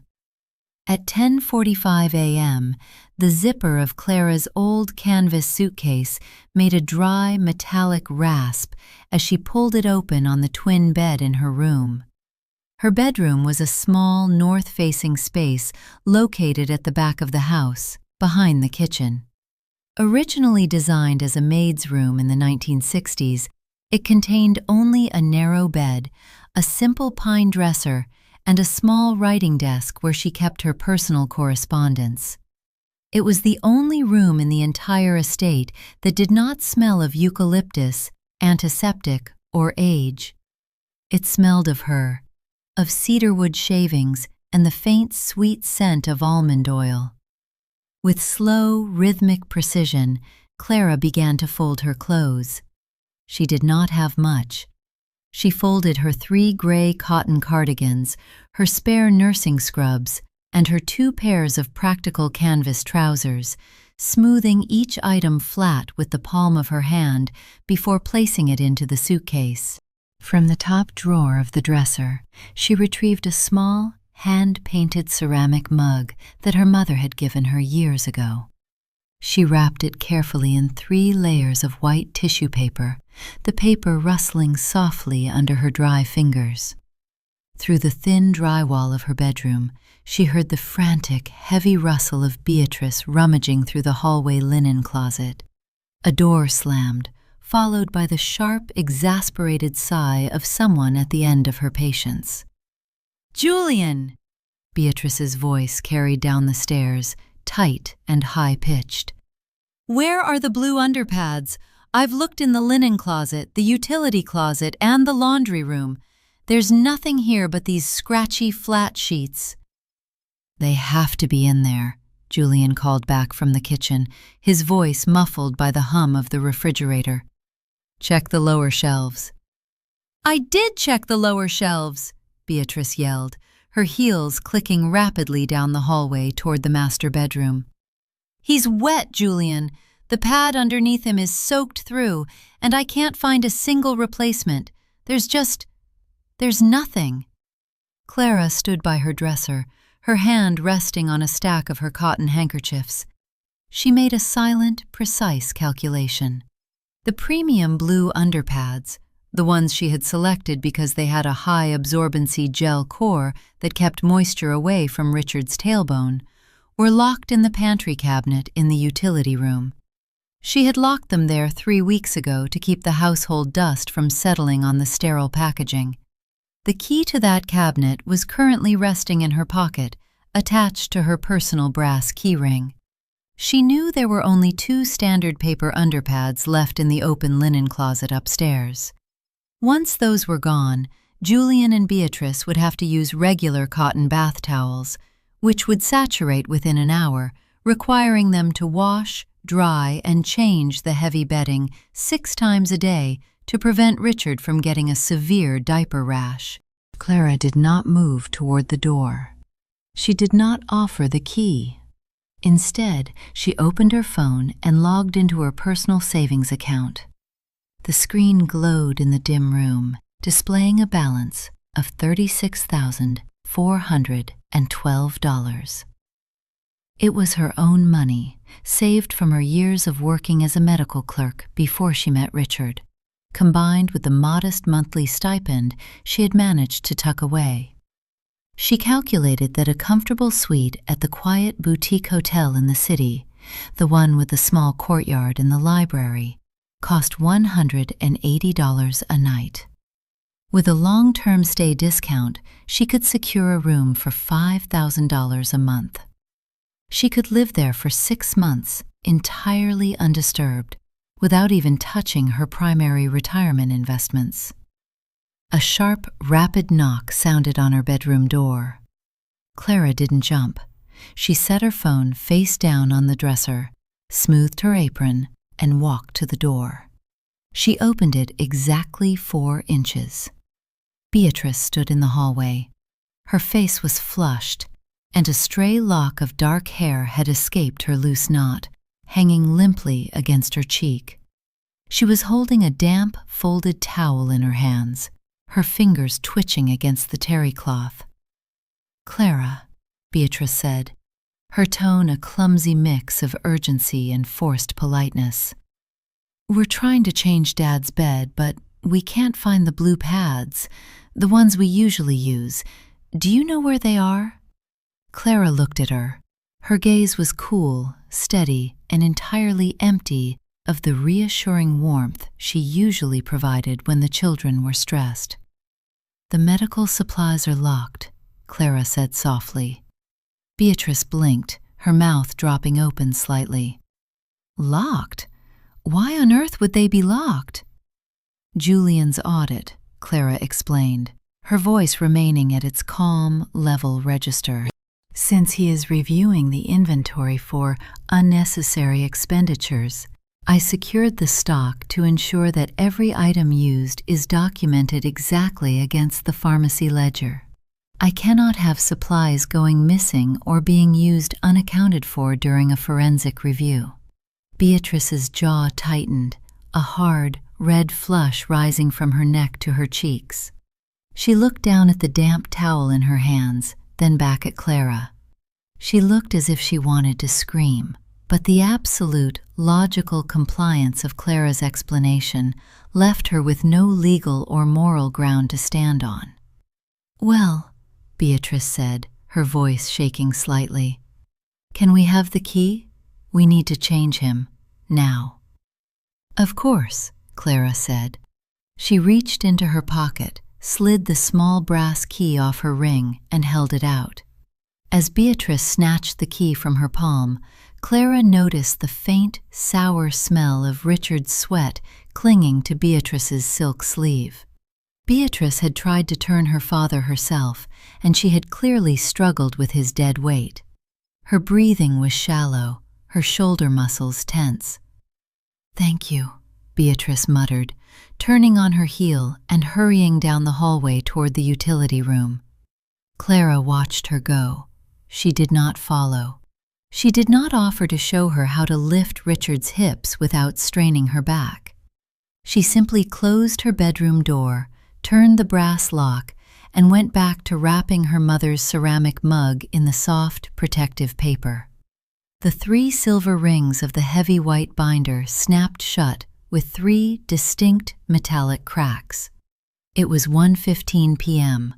Clara sat at the small pine writing desk in her room, her back straight, her shoulders level. In front of her lay the completed Richard Vance Master Care Log. Using her fine point black pen, she had spent the last 2 hours transcribing every physical therapy stretch, every suctioning interval, every medication dosage, and every skin repositioning angle into a flawless, chronological timeline. She slid the final page, a color-coded chart detailing the conversion of milligrams to milliliters for his liquid antispasmodics, into a clear plastic sleeve. The smooth, static-filled slide of the paper entering the plastic was a quiet, satisfying sound. Downstairs, the kitchen was a battlefield of quiet, desperate frustration. Through her half-open door, the sounds of Julian and Beatrice attempting the 1 p.m. medication and feeding routine floated up the stairs. It was a messy, discordant symphony of clattering glass, rattling plastic bottles, and sharp, hushed arguments. "Is it 30 cc's of the pink one or the yellow one?" Beatrice's voice was high, tight, and vibrating with an edge of panic. "Julian, look at the prescription bottle. The label is smudged." "The label says 15 milligrams per 5 milliliters, Julian replied, his voice carrying the forced, rigid calm of a man trying to solve a spreadsheet error under pressure. "Dad needs 30 milligrams, so how many milliliters is that on the syringe?" "I don't know," Beatrice hissed. "Why is the dosage in milligrams on the master sheet, but the syringe is marked in cc's? Are cc's and milliliters the same thing? Julian, if we get this wrong, his blood pressure will drop." "Just look at the conversion chart," Julian muttered, the sound of drawers slamming shut echoing through the foyer. "Clara must have a chart down here. Check the cabinet. Check the fridge doors." "There's nothing here but some expired coupons and magnets," Beatrice cried. "Julian, his pump is starting to beep. The red light is flashing. What does error, occlusion mean? Why is it beeping?" Clara sat in her room, her hand resting lightly on the cold plastic of the master binder. She made a silent, precise calculation. An occlusion error on the enteral pump meant that the feeding tube was kinked, or that a clump of undissolved medication had clogged the narrow silicone port. To clear it required flushing the line with 20 milliliters of warm water using a specific pulsing pressure on the plunger. If they forced it, they risked rupturing the tube inside Richard's stomach, which would require an emergency trip to the surgical center to replace the entire PEG unit. She also knew that the pink medication was his liquid clonidine for blood pressure control, and the yellow was his baclofen. If they mixed up the syringes or guessed the milliliter conversion, Richard's heart rate could drop to 40 beats per minute within an hour. She could walk downstairs. She could take the syringe from Beatrice's trembling, sticky hand, clear the pump error with 3 quick clicks, and show them the milligram to cc conversion sheet she had kept memorized for 24 months. But they had spent the morning discussing how to transition her out. They had called her care unnecessary overhead. She stayed in her chair. She picked up her fine-point pen and wrote a single, neat label on the front of the white binder. Clinical Handover Binder, Richard Vance. Beneath it, she added her signature and the date. She turned her attention to the legal folder beside the binder. Inside was the primary estate plan drafted by Richard's attorneys 5 years ago, before his mind had deteriorated. Clara pulled out the medical power of attorney document. Under Section 4, it clearly stated that if Clara Vance, the primary medical proxy, resigned her position due to physical or mental exhaustion, the responsibility immediately and automatically transferred to the co-proxies, Julian Vance and Beatrice Vance. By resigning her POA, she would not be abandoning Richard legally. She would be forcing his children to assume the full, terrifying weight of his physical survival under the eyes of the law. They could not simply walk away or leave him in a dirty bed without facing criminal charges of vulnerable adult neglect. A sharp, metallic scree echoed from the kitchen as Julian pulled a drawer too hard, followed by the dull, wet sound of liquid spilling onto the hardwood floor. "Damn it!" Julian shouted, his corporate poise completely fracturing. "Beatrice, don't touch that! You're going to contaminate the port!" "He's starting to cough, Julian," Beatrice screamed back. "He's making that rattling sound again. Where is the suction machine? How do we turn it on?" Clara closed the legal folder. She placed it neatly on top of the white binder. The air in her small bedroom was cool and still. Outside, the gray valley fog was thickening, pressing against the glass, erasing the pine trees on the ridge until there was nothing left but a blank white wall. She smoothed her hair, removed her silver-rimmed reading glasses, and placed them in her pocket. The time was 1:32 p.m. The 1 p.m. medication was now 32 minutes late. Richard's muscles would be tightening, his airway narrowing, his pump screaming its high-pitched warning. She stood up, picked up the heavy white binder and the legal folder, and walked slowly toward the door, ready to deliver the first piece of her silent, absolute compliance. The master bedroom smelled of cold sweat, isopropyl alcohol, and the cloying synthetic vanilla scent of the spilled nutrient formula. It was 1:33 p.m. Julian was kneeling by the side of the medical bed, his cashmere-clad knees pressed hard against the carpet, his hands gripping the metal safety rail until his knuckles were white.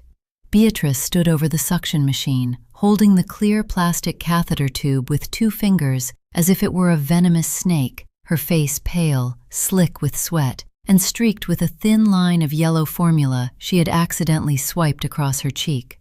Between them, Richard lay with his head arched back, his chin pointed toward the ceiling.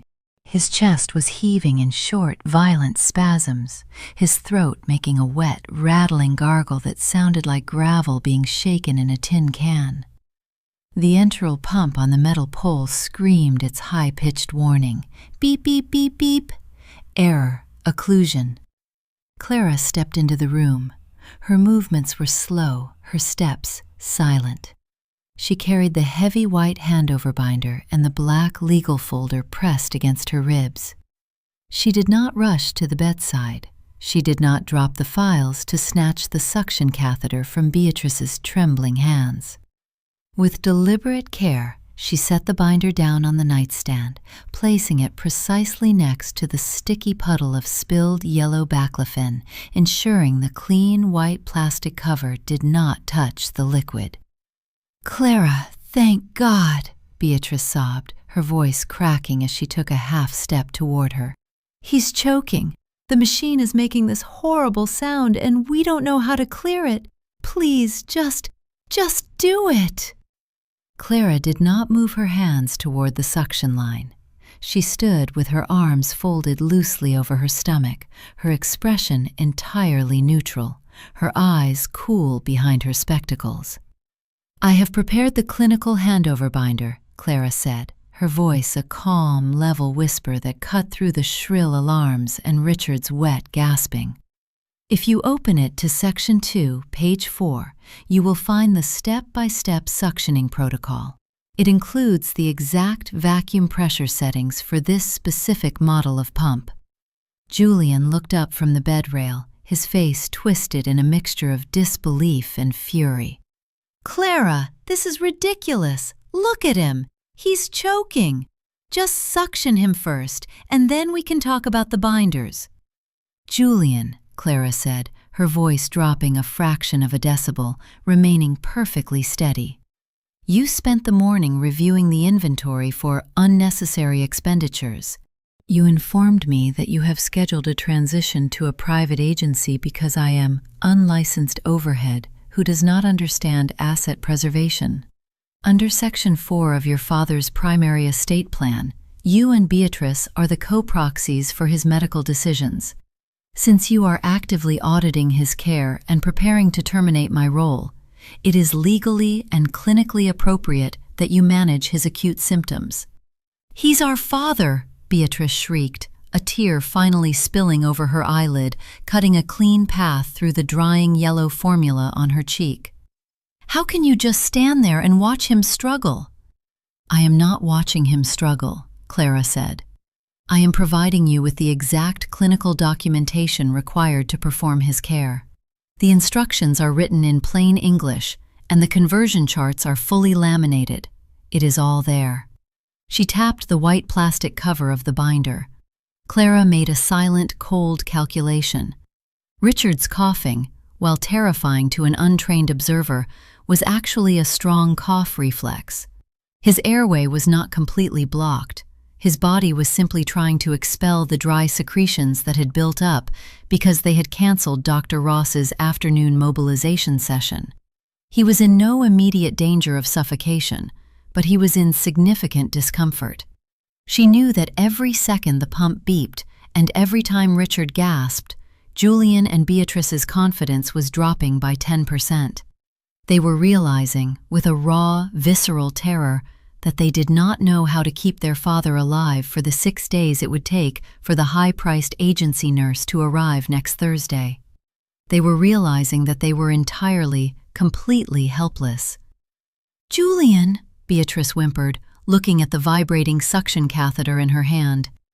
"The tube, where does it go? Does it go in his nose or his throat? Julian, I don't know what to do." Julian stared at Clara.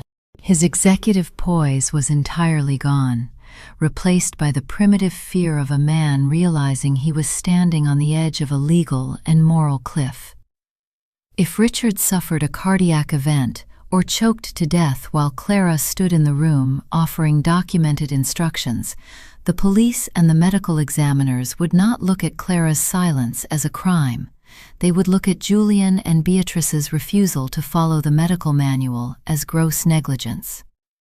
"Show me," Julian said, his voice shaking, his chest rising and falling as he tried to control his breathing. He stood up, wiping his sticky hands on his gray cashmere sweater, leaving a dark, wet smudge across the chest. "Just show us how to do it this once, Clara, please." Clara looked at him for 3 seconds. The silence in the room stretched, punctuated only by the shrill beep, beep, beep of the occlusion alarm. "Open the binder to page 4, Clara said softly, "and read the first line." Julian's hands shook as he turned the heavy, laminated page of the white binder. It was 1:36 p.m.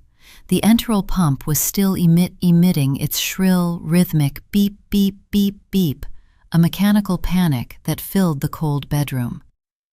"Step 1, Julian read, his voice dry, flat, and entirely lacking its usual corporate authority. He cleared his throat, his eyes scanning the black print on the page. Confirm suction machine vacuum pressure is set between 80 and 120 millimeters of mercury on the pressure gauge. Beatrice looked down at the black plastic dial on the front of the suction unit. Her fingers, slick with the cold sweat of her panic, slipped on the smooth plastic.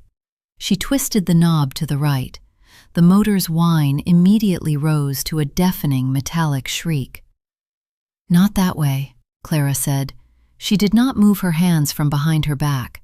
She stood 2 feet away, her body a column of absolute stillness. To the left, Beatrice. If you exceed 120, you will cause his tracheal tissue to bleed. Beatrice quickly jerked her hand back, twisting the dial to the left until the needle on the circular gauge hovered at 90. Like this? Is this right? Read step 2, Julian, Clara said, her voice remaining at its calm, clinical register. Julian squinted at the page. Step 2. Lubricate the tip of the catheter in the sterile water cup. Slowly insert the catheter into the tracheostomy tube until you meet mild resistance. Do not apply suction during insertion. Beatrice's lower lip trembled. She dipped the blue tip of the plastic tube into the small cup of water. It made a high-pitched, wet slurp as it drew in a teaspoon of the liquid. She leaned over her father's chest, her silk top hanging down, brushing against the cold metal rail of the bed. Her hand was shaking so violently that the plastic tip danced in the air above Richard's neck. Hold his neck flange steady with your left hand, Clara directed, her voice cool and guiding. If you do not stabilize the tube, his coughing will dislodge it. Beatrice reached out with her left hand, her manicured fingers pressing against the white cotton collar she had complained about earlier. She slowly slid the catheter into the opening of the silver tube in Richard's neck. Richard's chest gave a sudden, violent heave. He coughed, a wet, rattling bark that sent a tiny spray of clear saliva onto Beatrice's bare forearm. Beatrice gasped, her body flinching backward, her hand instinctively jerking the tube upward. Do not pull it out, Clara said, her voice like ice. If the tip touches his chin, his collar, or your sleeve, it is contaminated. You will have to discard the entire tube and open a new $15 sterile kit. Insert it further. You are only 3 inches in. I can't, Clara, Beatrice whispered, tears finally streaming down her face, mixing with the yellow formula smudge on her cheek. I'm going to hurt him. I can feel it. It's hitting something soft. That is the carina, Clara said. It is where his trachea splits. Read step 3, Julian. Julian's eyes were wide, his fingers clutching the edges of the heavy binder so tightly the cardboard was bending. Step 3. Press your thumb over the control vent to apply intermittent suction. Slowly withdraw the catheter using a rotating motion. Do not exceed 10 seconds of total suction time. Apply the suction, Beatrice, Clara said. Count to 8. Beatrice pressed her thumb over the small hole on the plastic connector. Instantly, the clear line turned a murky yellow-gray as the thick secretions were drawn up from Richard's lungs. The machine made a heavy, wet, swallowing sound. Slurp. Richard's face turned a deep, alarming crimson, his eyes rolling back as his chest spasmed, his body fighting the vacuum in his airway. 3, Julian counted, his voice cracking. 4, 5. Rotate it, Beatrice. She said rotate it. Beatrice twisted the plastic tube between her thumb and forefinger, her breath coming in short, hyperventilating gasps. The clear line cleared, the last of the mucus splashing into the plastic canister on the floor. 7, Julian muttered. 8, stop! Beatrice pulled her thumb off the vent and drew the catheter out. Richard let out a long, shuddering gasp, his chest sinking back into the mattress as his airway cleared. The wet, rattling rattle in his throat was gone, replaced by the clean, quiet whistle of the oxygen flow. Good, Clara said, her voice entirely devoid of praise, operating with the flat detachment of a clinical examiner. Now flush the catheter with the remaining sterile water to clear the line, then turn off the machine. Beatrice did as she was told, her movements stiff and robotic. When the machine finally hummed to a halt, she dropped the tube onto the tray, slumped against the bed rail, and buried her face in her hands, her shoulders shaking with silent, exhausted sobs. The room was quiet, except for the enteral pump on the pole, which was still beeping. Beep, beep, beep, beep. Error, occlusion. Julian looked up from the binder, his gray cashmere sweater damp with sweat, his face pale and drawn. He looked at Clara, his eyes carrying a deep, bruised look of defeat. "The pump," Julian whispered. "How do we fix the pump?" Clara reached into her apron pocket, pulled out the black legal folder, and laid it gently on the nightstand, right next to the white binder. "The pump instructions are in Section 3, Clara said softly, "but before we proceed to that, we need to sign the handover documentation. I have prepared the medical power of attorney resignation forms. Once you sign them, you will have the legal authority to manage his care ledger directly with the agency." She pulled a black pen from her pocket and laid it on top of the folder. Julian stared at the pen. He looked at his sister, who was still weeping against the bed rail, and then at his father's pale, still face. He made a silent, rapid calculation. The agency wouldn't be here until next Thursday. For the next 6 days, they would have to perform this exact routine: the suctioning, the tube flushes, the diaper changes, 6 times a day, every day, in this cold, silent house. He looked at the pen, and for the first time, he realized that the trap had already snapped shut. The black ink on the white paper was still wet, reflecting the dull gray light from the rain-streaked window. It was 1:50 p.m. Julian's hand hovered over the signature line of the resignation acknowledgement. He did not sign it immediately. He held the black pen between his fingers, his chest rising and falling in shallow, rapid movements, his eyes darting from the legal document to Clara's calm, unreadable face. "Clara, let's be reasonable," Julian said, his voice dropping into a desperate, hushed tone that was stripped of all its former corporate polish. He leaned forward over the nightstand, his eyes pleading. "We can adjust the budget. We can increase your monthly stipend, $5,000, $6,000 a month, whatever you want. Just stay until the agency takes over on Thursday. You can't honestly expect Beatrice and me to do this alone for 5 days." Clara did not look at the pen. She did not look at his cash-smeared cashmere sweater. She made a silent, ice-cold calculation. $6,000 was a significant sum, but to her, it was entirely worthless. No amount of money could buy back the 2 years of 24-hour isolation she had endured while they ignored her texts, or the quiet humiliation of being called a gold digger over a $15 pharmacy receipt. Their money could not buy her physical labor anymore because she had already withdrawn it. "I have already signed my resignation, Julian," Clara said softly, her voice flat and level. Under Section 4 of the Medical Trust, the co-proxies must assume immediate physical care upon the resignation of the primary proxy. If you do not sign, you are still legally responsible, but without the administrative access to the ledger.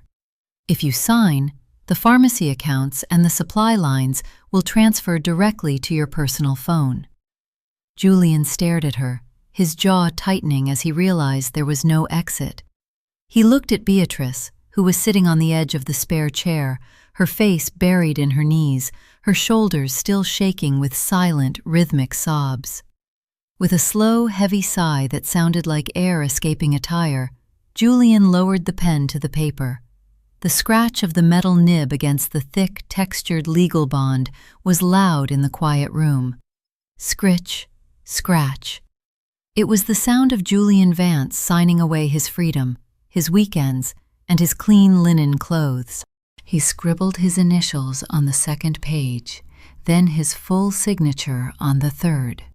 He dropped the pen onto the nightstand, where it rolled into the sticky puddle of baclofen and stopped.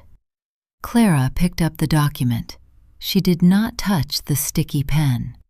She folded the papers neatly, placed them inside her brown leather envelope, and slid her silver-rimmed reading glasses into her apron pocket. Her physical routine of wrapping up her duties was complete. "Thank you," Clara said. She walked over to the closet, retrieved her old canvas suitcase from her small room down the hall, and carried it back to the landing. She set it down by the banister. The enteral pump on the pole was still beeping. Beep, beep, beep, beep. Error. Occlusion. Julian stood up from the bed, his knees stiff, his face looking older than his 40 years. "The pump, Clara. You have to at least show us how to clear the pump before you walk out that door. We can't keep it beeping like this." Clara stood at the top of the stairs, her coat already draped over her arm, her gloved hand resting on the handle of her suitcase. "Section 3, page 2, Clara said, her voice carrying a soft, final resonance. "The instructions explain how to perform the manual warm water flush to clear the line. If you do not clear it within 20 minutes, the nutrient liquid will solidify in the tube, and you will have to drive him to the surgical center in the valley to have the peg replaced." "Clara!" Beatrice screamed from the bedroom, her voice cracking with a high, hysterical edge. "You're really leaving? Just like that? You're just going to let him lie there?" "He has his medical proxies," Clara said. She picked up her suitcase. The weight of it was light, only 20 pounds of clothes, her mother's wrapped ceramic mug, and her legal documents. She walked down the first step, her leather shoes making a solid, clean thump on the wood. The house was freezing, the air coming from the vents still a dusty 62-degree chill. Outside, the rain was coming down harder now, a steady, gray sheet of water that beat against the high glass conservatory windows, masking the sound of her descent. She reached the bottom of the stairs, crossed the cold slate of the foyer, and opened the heavy oak front door. A wet, freezing gust of wind swept into the house, rustling the papers on the dining room table and making the kitchen swing door rattle. She did not look back. She stepped out onto the wet gravel porch, pulled the solid door shut behind her, and heard the heavy brass latch click into place. As she walked down the winding gravel path toward her car, she could still hear the faint, high-pitched and rhythmic beep, beep, beep of the enteral pump echoing through the forest, a distant mechanical warning that was no longer her problem to solve. The quiet, steady hiss of the steam radiator in room 412 was the only sound. It was 6:12 p.m.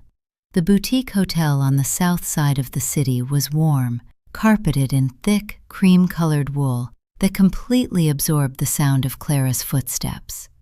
The room smelled faintly of lemon verbena, fresh linen, and old books, a clean, peaceful environment that felt miles away from the damp, freezing fog currently clinging to the ridge. Clara stood by the small desk, performing a quiet, familiar routine. She placed a single spoonful of loose chamomile tea into a silver infuser, lowered it into her mother's hand-painted ceramic mug, and poured boiling water from the hotel's polished steel electric kettle. The steam rose in a thin, fragrant column, clouding her spectacles. She removed them, wiped the glass with a clean corner of her cotton handkerchief, and slid them back onto her nose. On the bedside table, her phone began to vibrate again. It was a dull, persistent buzz against the polished mahogany wood. It had been doing this since 4:15 p.m., a silent, frantic crying out from the estate on the ridge. Clara did not pick it up. She sat in the plush armchair by the window, wrapped her hands around the warm ceramic of her mug, and looked at the lock screen.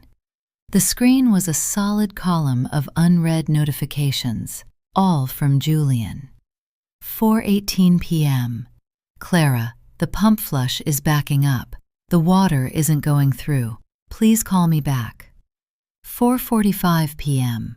The tube is completely blocked.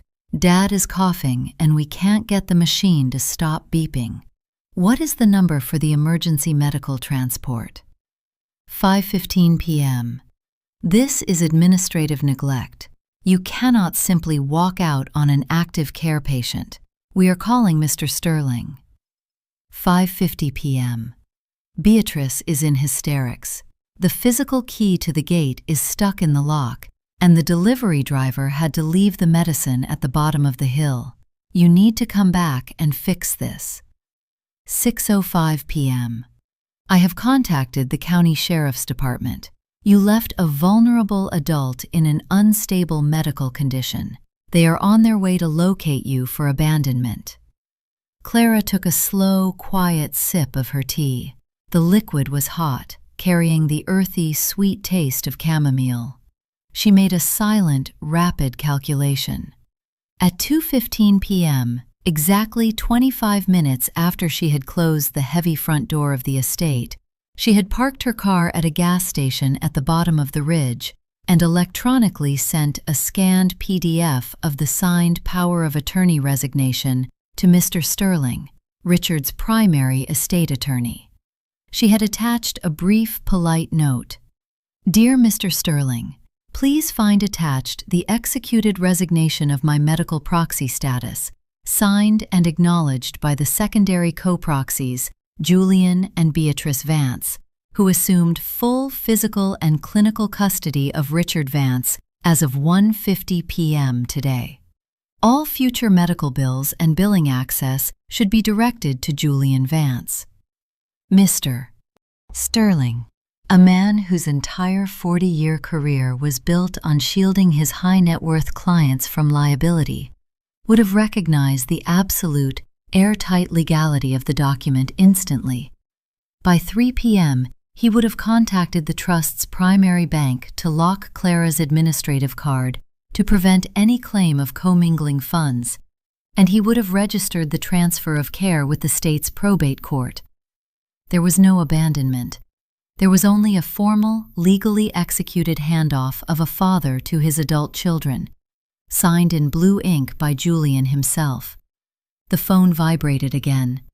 A new text banner appeared on the screen, this one from an unknown local number. Deputy Miller. Mrs. Vance, this is Deputy Miller with the County Sheriff's Department. I received a call from your stepson regarding his father's medical status. Could you please give me a call when you have a moment? Clara set her tea mug down on the wooden saucer. She knew Deputy Miller.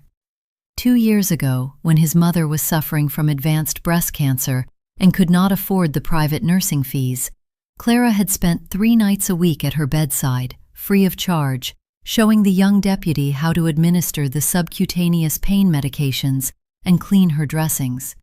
He knew Clara's character, and more importantly, he knew the physical, exhausting reality of end-of-life care. She picked up the phone, unlocked the screen, and dialed Deputy Miller's number. Mrs. Vance. The deputy's voice was low, carrying a distinct tone of embarrassment. I'm sorry to bother you at this hour.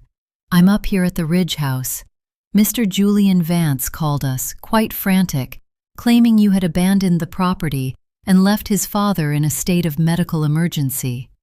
I understand, Tommy, Clara said, her voice soft and level, operating with the calm, clinical precision that had always put him at ease.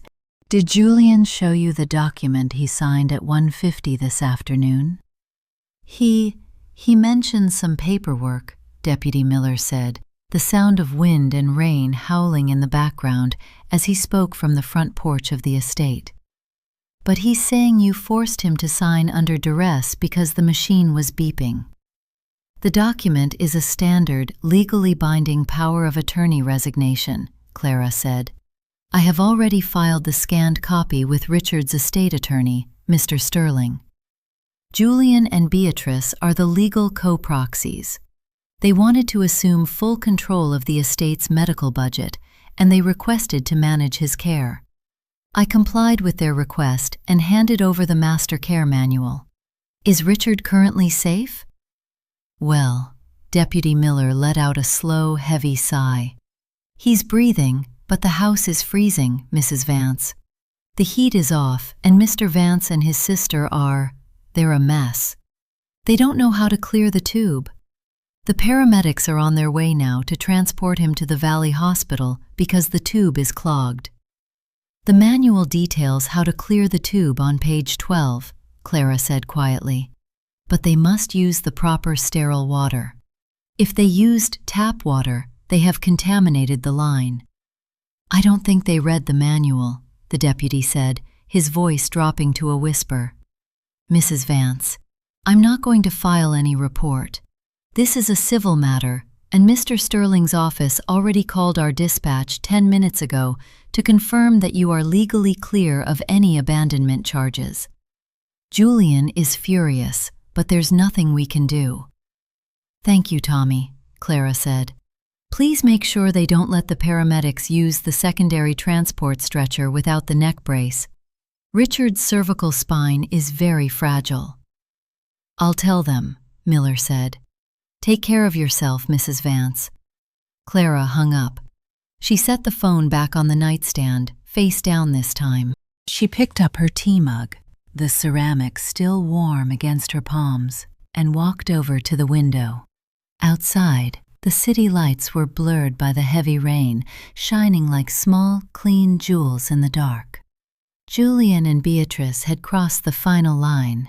They had tried to use the police to force her back into her invisible labor, to threaten her with jail to save themselves from a dirty bed. They had wanted the law to make her their servant again. But the law, like the heavy white binder on the nightstand, only cared about what was written in ink. And Julian's signature was already dry. At 8:42 p.m., the sweet, earthy scent of almond oil filled the warm bathroom of room 412. Clara stood before the polished vanity mirror, performing her nighttime routine. She pressed a small dollop of thick, white hand cream into her palm and began to massage it slowly into her skin. Her knuckles, permanently swollen and stiff from 2 years of hauling Richard's dead weight up in the bed, responded to the warm friction. She worked the lotion deep into the dry, red valleys between her fingers, where the harsh isopropyl alcohol and medical-grade hand sanitizers had left a network of tiny, burning microfissures. It was a slow, meditative process. For the first time in 24 months, she did not have her ears strained toward a baby monitor. She did not have to listen for the high-pitched whistle of a tracheostomy tube or the sudden, frantic gasp of a choking man. On the marble countertop, her phone gave a soft, single chirp. It was not Julian or Beatrice. Clara had muted their numbers at 7 p.m., directing their calls to her voicemail. This notification was a direct text message from an old nursing colleague, Sarah, who worked the night shift triage desk at Valley General Hospital, 40 miles down the ridge. Sarah, Clara, are you at the hospital? Your husband was just admitted via county ambulance. His PEG tube is completely obstructed. Looks like someone tried to force undissolved thickener or medication down the line without a water flush. The tube is ruined. Clara stopped massaging her hands. She wiped her palms on a soft hotel towel and picked up the phone. Sarah, his kids are here. Clara, they look absolutely deranged. His daughter is wearing a muddy silk robe and designer flats that are completely ruined, and she's currently screaming at the triage nurse about preferential treatment for major donors. Julian is in his sweater, covered in yellow formula, trying to explain to the billing clerk that the estate trust accounts are temporarily locked for an audit. The clerk told him if he doesn't provide a personal credit card for the deposit, they will have to wait in the general queue. It's a 3-hour wait tonight. Clara looked at her own face in the mirror. Her expression was flat, clinical, and completely empty of surprise. She made a silent, precise calculation. An emergency weekend ambulance transport from the high ridge down to the valley cost exactly $1,850. The ER triage fee, combined with the bedside surgical procedure to extract the ruined PEG tube and thread a new silicone catheter through the stoma under local anesthesia, would run approximately $4,400.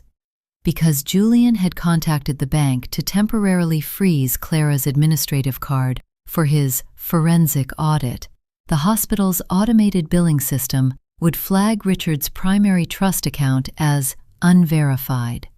In a non-trauma emergency, Valley General's policy was absolute. Without active insurance verification or a pre-authorized trust card, the family had to provide a personal credit card to secure a $5,000 holding deposit before a specialist would be paged to the ER. Julian was, at this very moment, sliding his personal high-limit corporate Amex across a cold laminate counter to pay for a $6,000 crisis, all because he had wanted to save $90 on a physical therapy session. She began typing her reply. Clara, I am not at the hospital, Sarah. I resigned my medical proxy today. Julian and Beatrice are the legal co-proxies now. They are managing his care budget. Please ensure the ER physician checks Richard's blood pressure before they administer the local anesthetic. His clonidine was missed at 1 p.m. and his pressure may be spiking. Sarah. Resigned? Oh, Clara, you finally did it. Good for you. They have no idea what they're doing. Beatrice is sitting on the floor in the corner, crying because a psychiatric patient in the next bay is yelling. Julian's card was just run for the deposit. I've never seen a wealthy man look so small. Clara set the phone down. She walked back into the bedroom, turned off the bedside lamp, and sat in the deep armchair by the window. The rain was still beating a steady, drumming rhythm against the double-paned glass, blurring the distant headlights of the highway below into long, smeared streaks of yellow and red.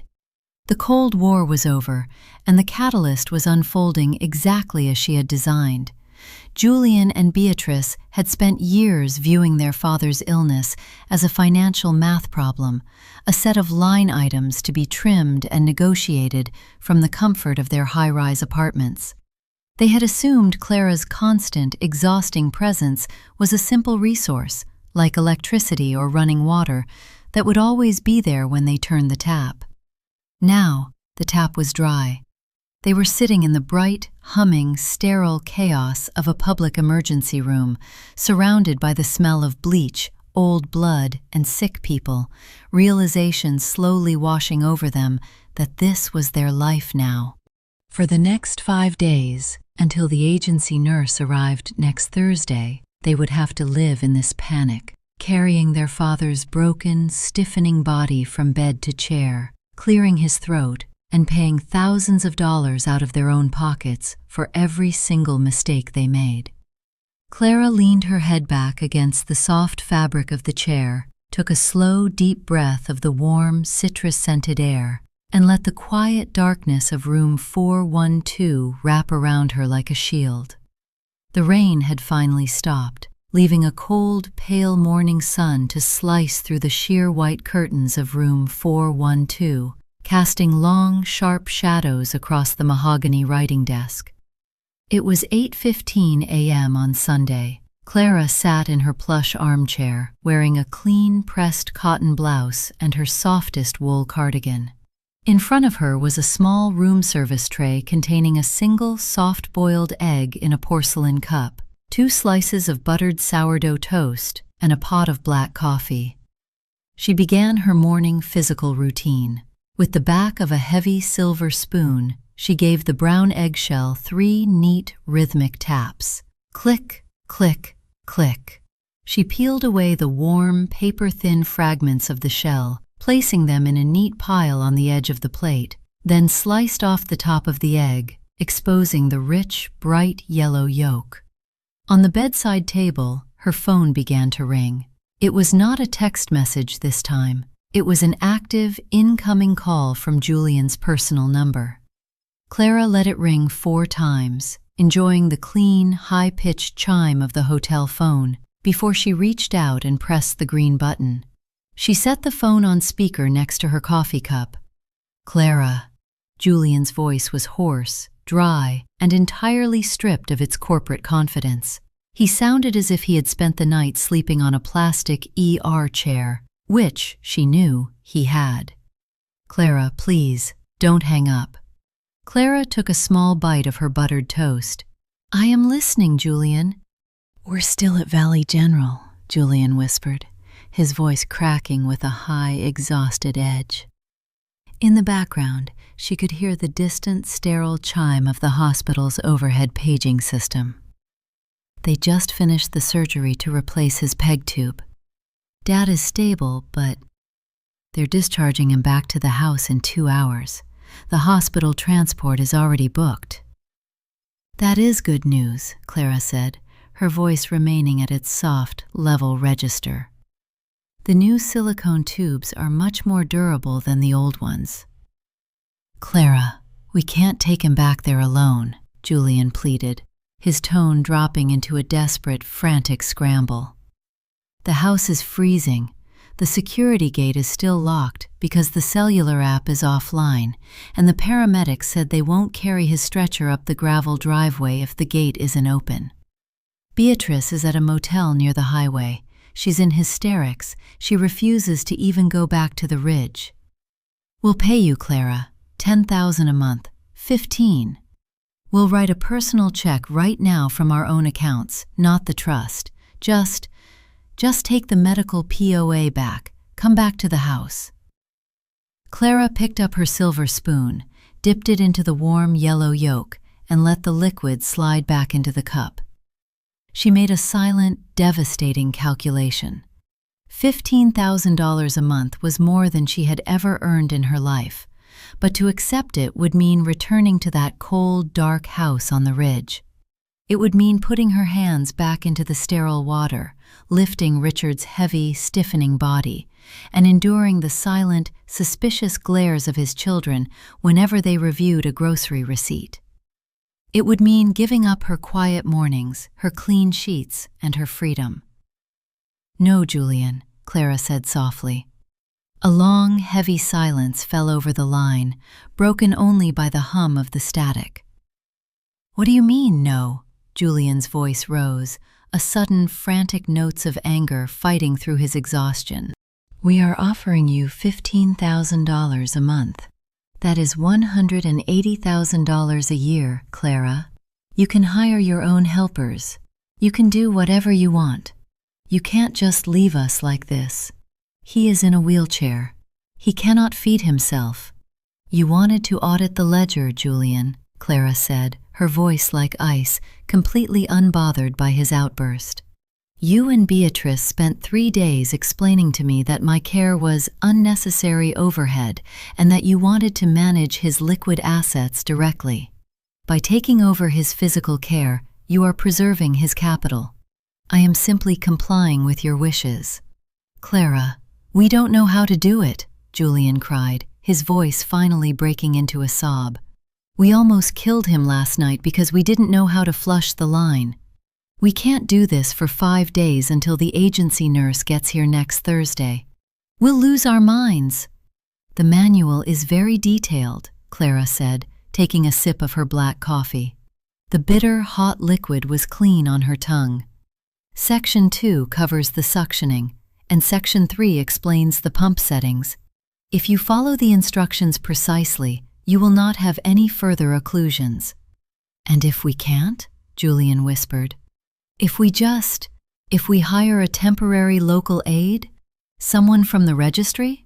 Any unlicensed aide who performs suctioning on a tracheostomy patient without a registered nurse on site is violating state medical practice laws, Clara said, her voice dropping into a clinical, authoritative tone. If Richard suffers an injury or an infection while under the care of an unlicensed worker, the hospital is legally required to report the medical co-proxies to the state's Adult Protective Services for vulnerable adult abuse. Deputy Miller is already familiar with the case, Julian. He will be monitoring the property. A sharp, ragged gasp escaped Julian's throat on the other end of the line. He realized, with a sudden freezing terror, that there was no loophole. They could not hire a cheap service. They could not leave their father in a dirty bed. They could not fly back to Chicago or Boston. They were legally, physically, and financially trapped in that cold house on the ridge. Forced to wipe his mouth, change his blue underpads, and slide the plastic tubes down his throat 6 times a day with their own hands. I have already signed a 6-month lease on a cottage in the valley, Julian, Clara said, her voice soft, final, and entirely peaceful. I am going to spend my afternoons reading in the garden. I wish you and Beatrice the best of luck with your budget. She did not wait for his response. She reached out, tapped the red button on the screen, and cut the connection. She picked up her buttered toast, dipped it into the yellow yolk of her soft-boiled egg, and began to eat her breakfast in the warm, bright, and beautifully silent room, entirely undisturbed by the cold world outside. The dark potting soil felt cool and damp between Clara's fingers. It was Monday morning, 9:30 a.m. The sun-drenched stone patio of her new leased cottage was small, quiet, and surrounded by ancient, crumbling rock walls thick with wild ivy. The air down in the valley was crisp and clean, carrying the faint, sweet scent of wet pine needles and wood smoke from the neighboring chimney. Clara stood at a small cedar potting bench, performing her morning routine. She was planting winter-hardy violet pansies into 3 small terracotta pots. She did not wear gloves. She enjoyed the gritty, natural texture of the earth against her palms, a sharp contrast to the slick, sterile feel of the blue nitrile she had worn for 2 years. With a small wooden trowel, she gently pressed the dark compost around the delicate, bright purple roots of the flowers, patting the soil flat until it was level with the rim. On the iron patio table behind her, her tablet gave a soft, double-toned chime. It was an automated notification from the legal portal of Mr. Sterling's law firm. Clara wiped her hands on a dry canvas apron, sat down in the wicker chair, and opened the document. It was a copy of the updated trust operating ledger, sent to her for informational purposes as a former administrator. She made a silent, precise calculation. According to the ledger entries, Julian Vance had formally authorized a personal bank wire transfer of $24,000 to the medical trust's operating account. Because he had frozen the primary estate trust for his forensic audit, the trust's main funds were still legally locked in the verification queue. To pay for the emergency hospital discharge and the subsequent clinical transition, Julian had been forced to use his personal, non-trust funds. Furthermore, the ledger detailed the emergency weekend billing from the Valley Home Care Registry. Because Julian and Beatrice had been physically unable to manage Richard's care on Sunday afternoon after his hospital discharge, they had been forced to pay a premium emergency rate to secure a temporary licensed practical nurse for 48 hours. The registry had charged a triple-time weekend rate of $210 an hour, totaling $4,800 for the 2 days. And that nurse's shift was scheduled to end on Wednesday night, 12 hours before the primary agency's regular staff was set to arrive on Thursday morning. For those 12 hours, Julian and Beatrice would either have to pay another emergency fee, or they would have to put their hands back into the sterile water and perform the suctioning themselves. Clara leaned back in the wicker chair, letting the pale morning sun warm her face. She calculated the psychological and emotional fracture that was currently widening between the 2 siblings. Beatrice's personal trust share was entirely untouched. She had refused to sign the audit request, meaning only Julian's name was on the account freeze. Beatrice was undoubtedly furious with her brother. She had been forced to spend her weekend in a damp, cold house, ruined her expensive silk clothes, and sat on a dirty ER floor, all because Julian wanted to prove his financial superiority. Clara could picture them in the grand, cold dining room on the ridge, the mahogany table covered in fast food wrappers and dirty paper plates, bickering over who would pay the emergency nursing invoices. They were no longer allies in a war against a gold-digging stepmother. They were two highly defensive, exhausted siblings turning on each other because the invisible free labor that had kept their lives comfortable was gone. A small blackbird landed on the stone wall, its bright yellow beak twitching as it looked at the potted pansies. It let out a short, high-pitched chirp before darting back into the ivy. Clara closed her tablet. She did not look at the pharmacy logins. She did not check the oxygen concentrator's digital maintenance portal. She picked up her small, green metal watering can, sprinkled a gentle stream of fresh water over the purple petals of her new flowers, and watched the wet earth soak in the moisture, turning a deep, rich black. The air was silent, the valley was peaceful, and for the first time in 2 years, Clara felt completely, beautifully, and irreversibly clean. The Wednesday morning fog down in the valley was light, dissolving into a brilliant golden mist as the sun rose over the slate roofs. At 8:45 a.m., Clara sat at her small iron table on the cottage patio. She wore no apron, no medical-grade scrubs, and no digital watch. Time, for the first time in her life, was no longer measured in 60-minute medication intervals. Her physical routine was beautifully simple.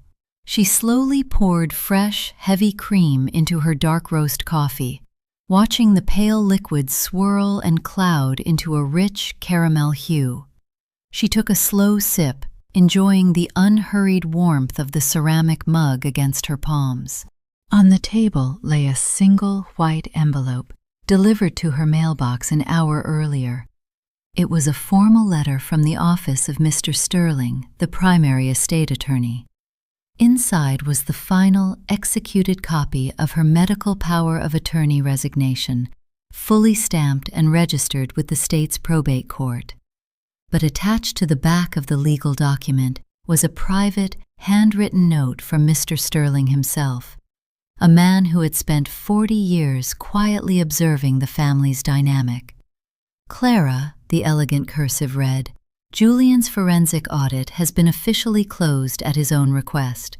He has authorized the release of all frozen funds to cover the permanent agency's fees.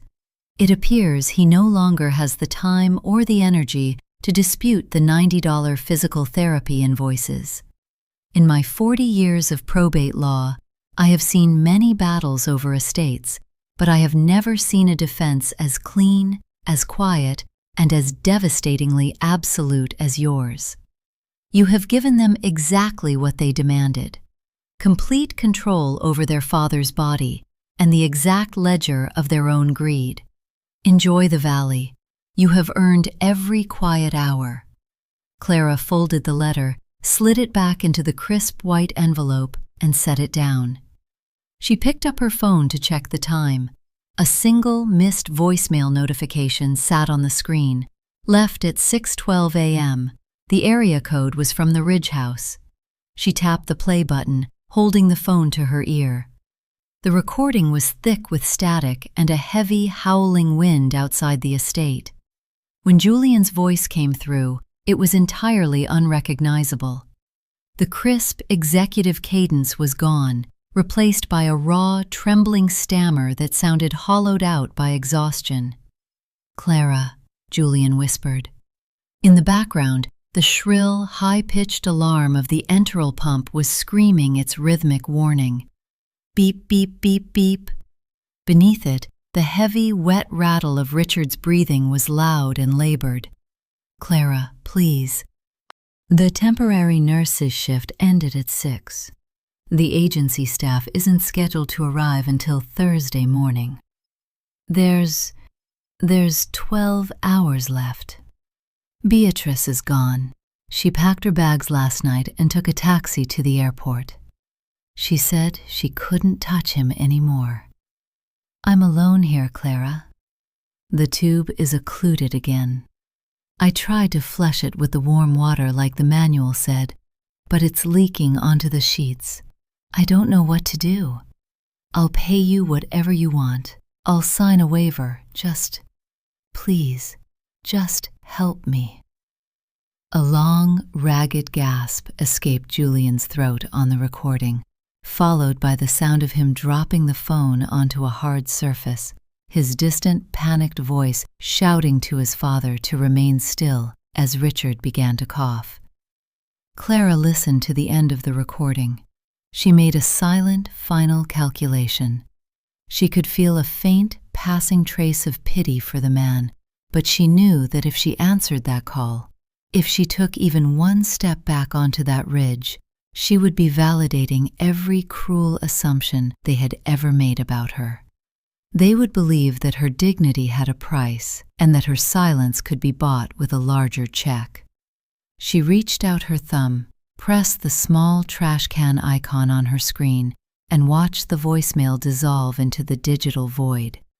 She set the phone down, face down on the iron table. She picked up her coffee mug, took a slow, deep breath of the cool valley air, and watched a small yellow butterfly flutter across her newly potted purple pansies. The silence of the garden was absolute, a clean, beautiful space where the mechanical sighs of the oxygen machines and the shrill panic of the alarms could never reach her again. She had complied with every demand. She had given them the ledger, the keys, and the body. And in doing so, she had shown them that the most expensive thing they could ever lose was the invisible, quiet devotion of the woman they had tried to break. Sometimes, the greatest sins are not the ones committed in anger, but the ones built on cold, calculated greed. If this story of silent resilience and devastating compliance shook you to the core, don't let the heavy doors of the wealthy close just yet. Hit that subscribe button and turn on your notifications. Here at Sins Behind Family Doors, we unlatch the pristine gates of the elite to expose the rot, the secrets, and the quiet vengeance hiding in plain sight. Leave a comment below. Would you have walked away as Clara did, or would you have stayed to watch them break? Thank you for listening. Keep your doors locked and watch closely who you trust.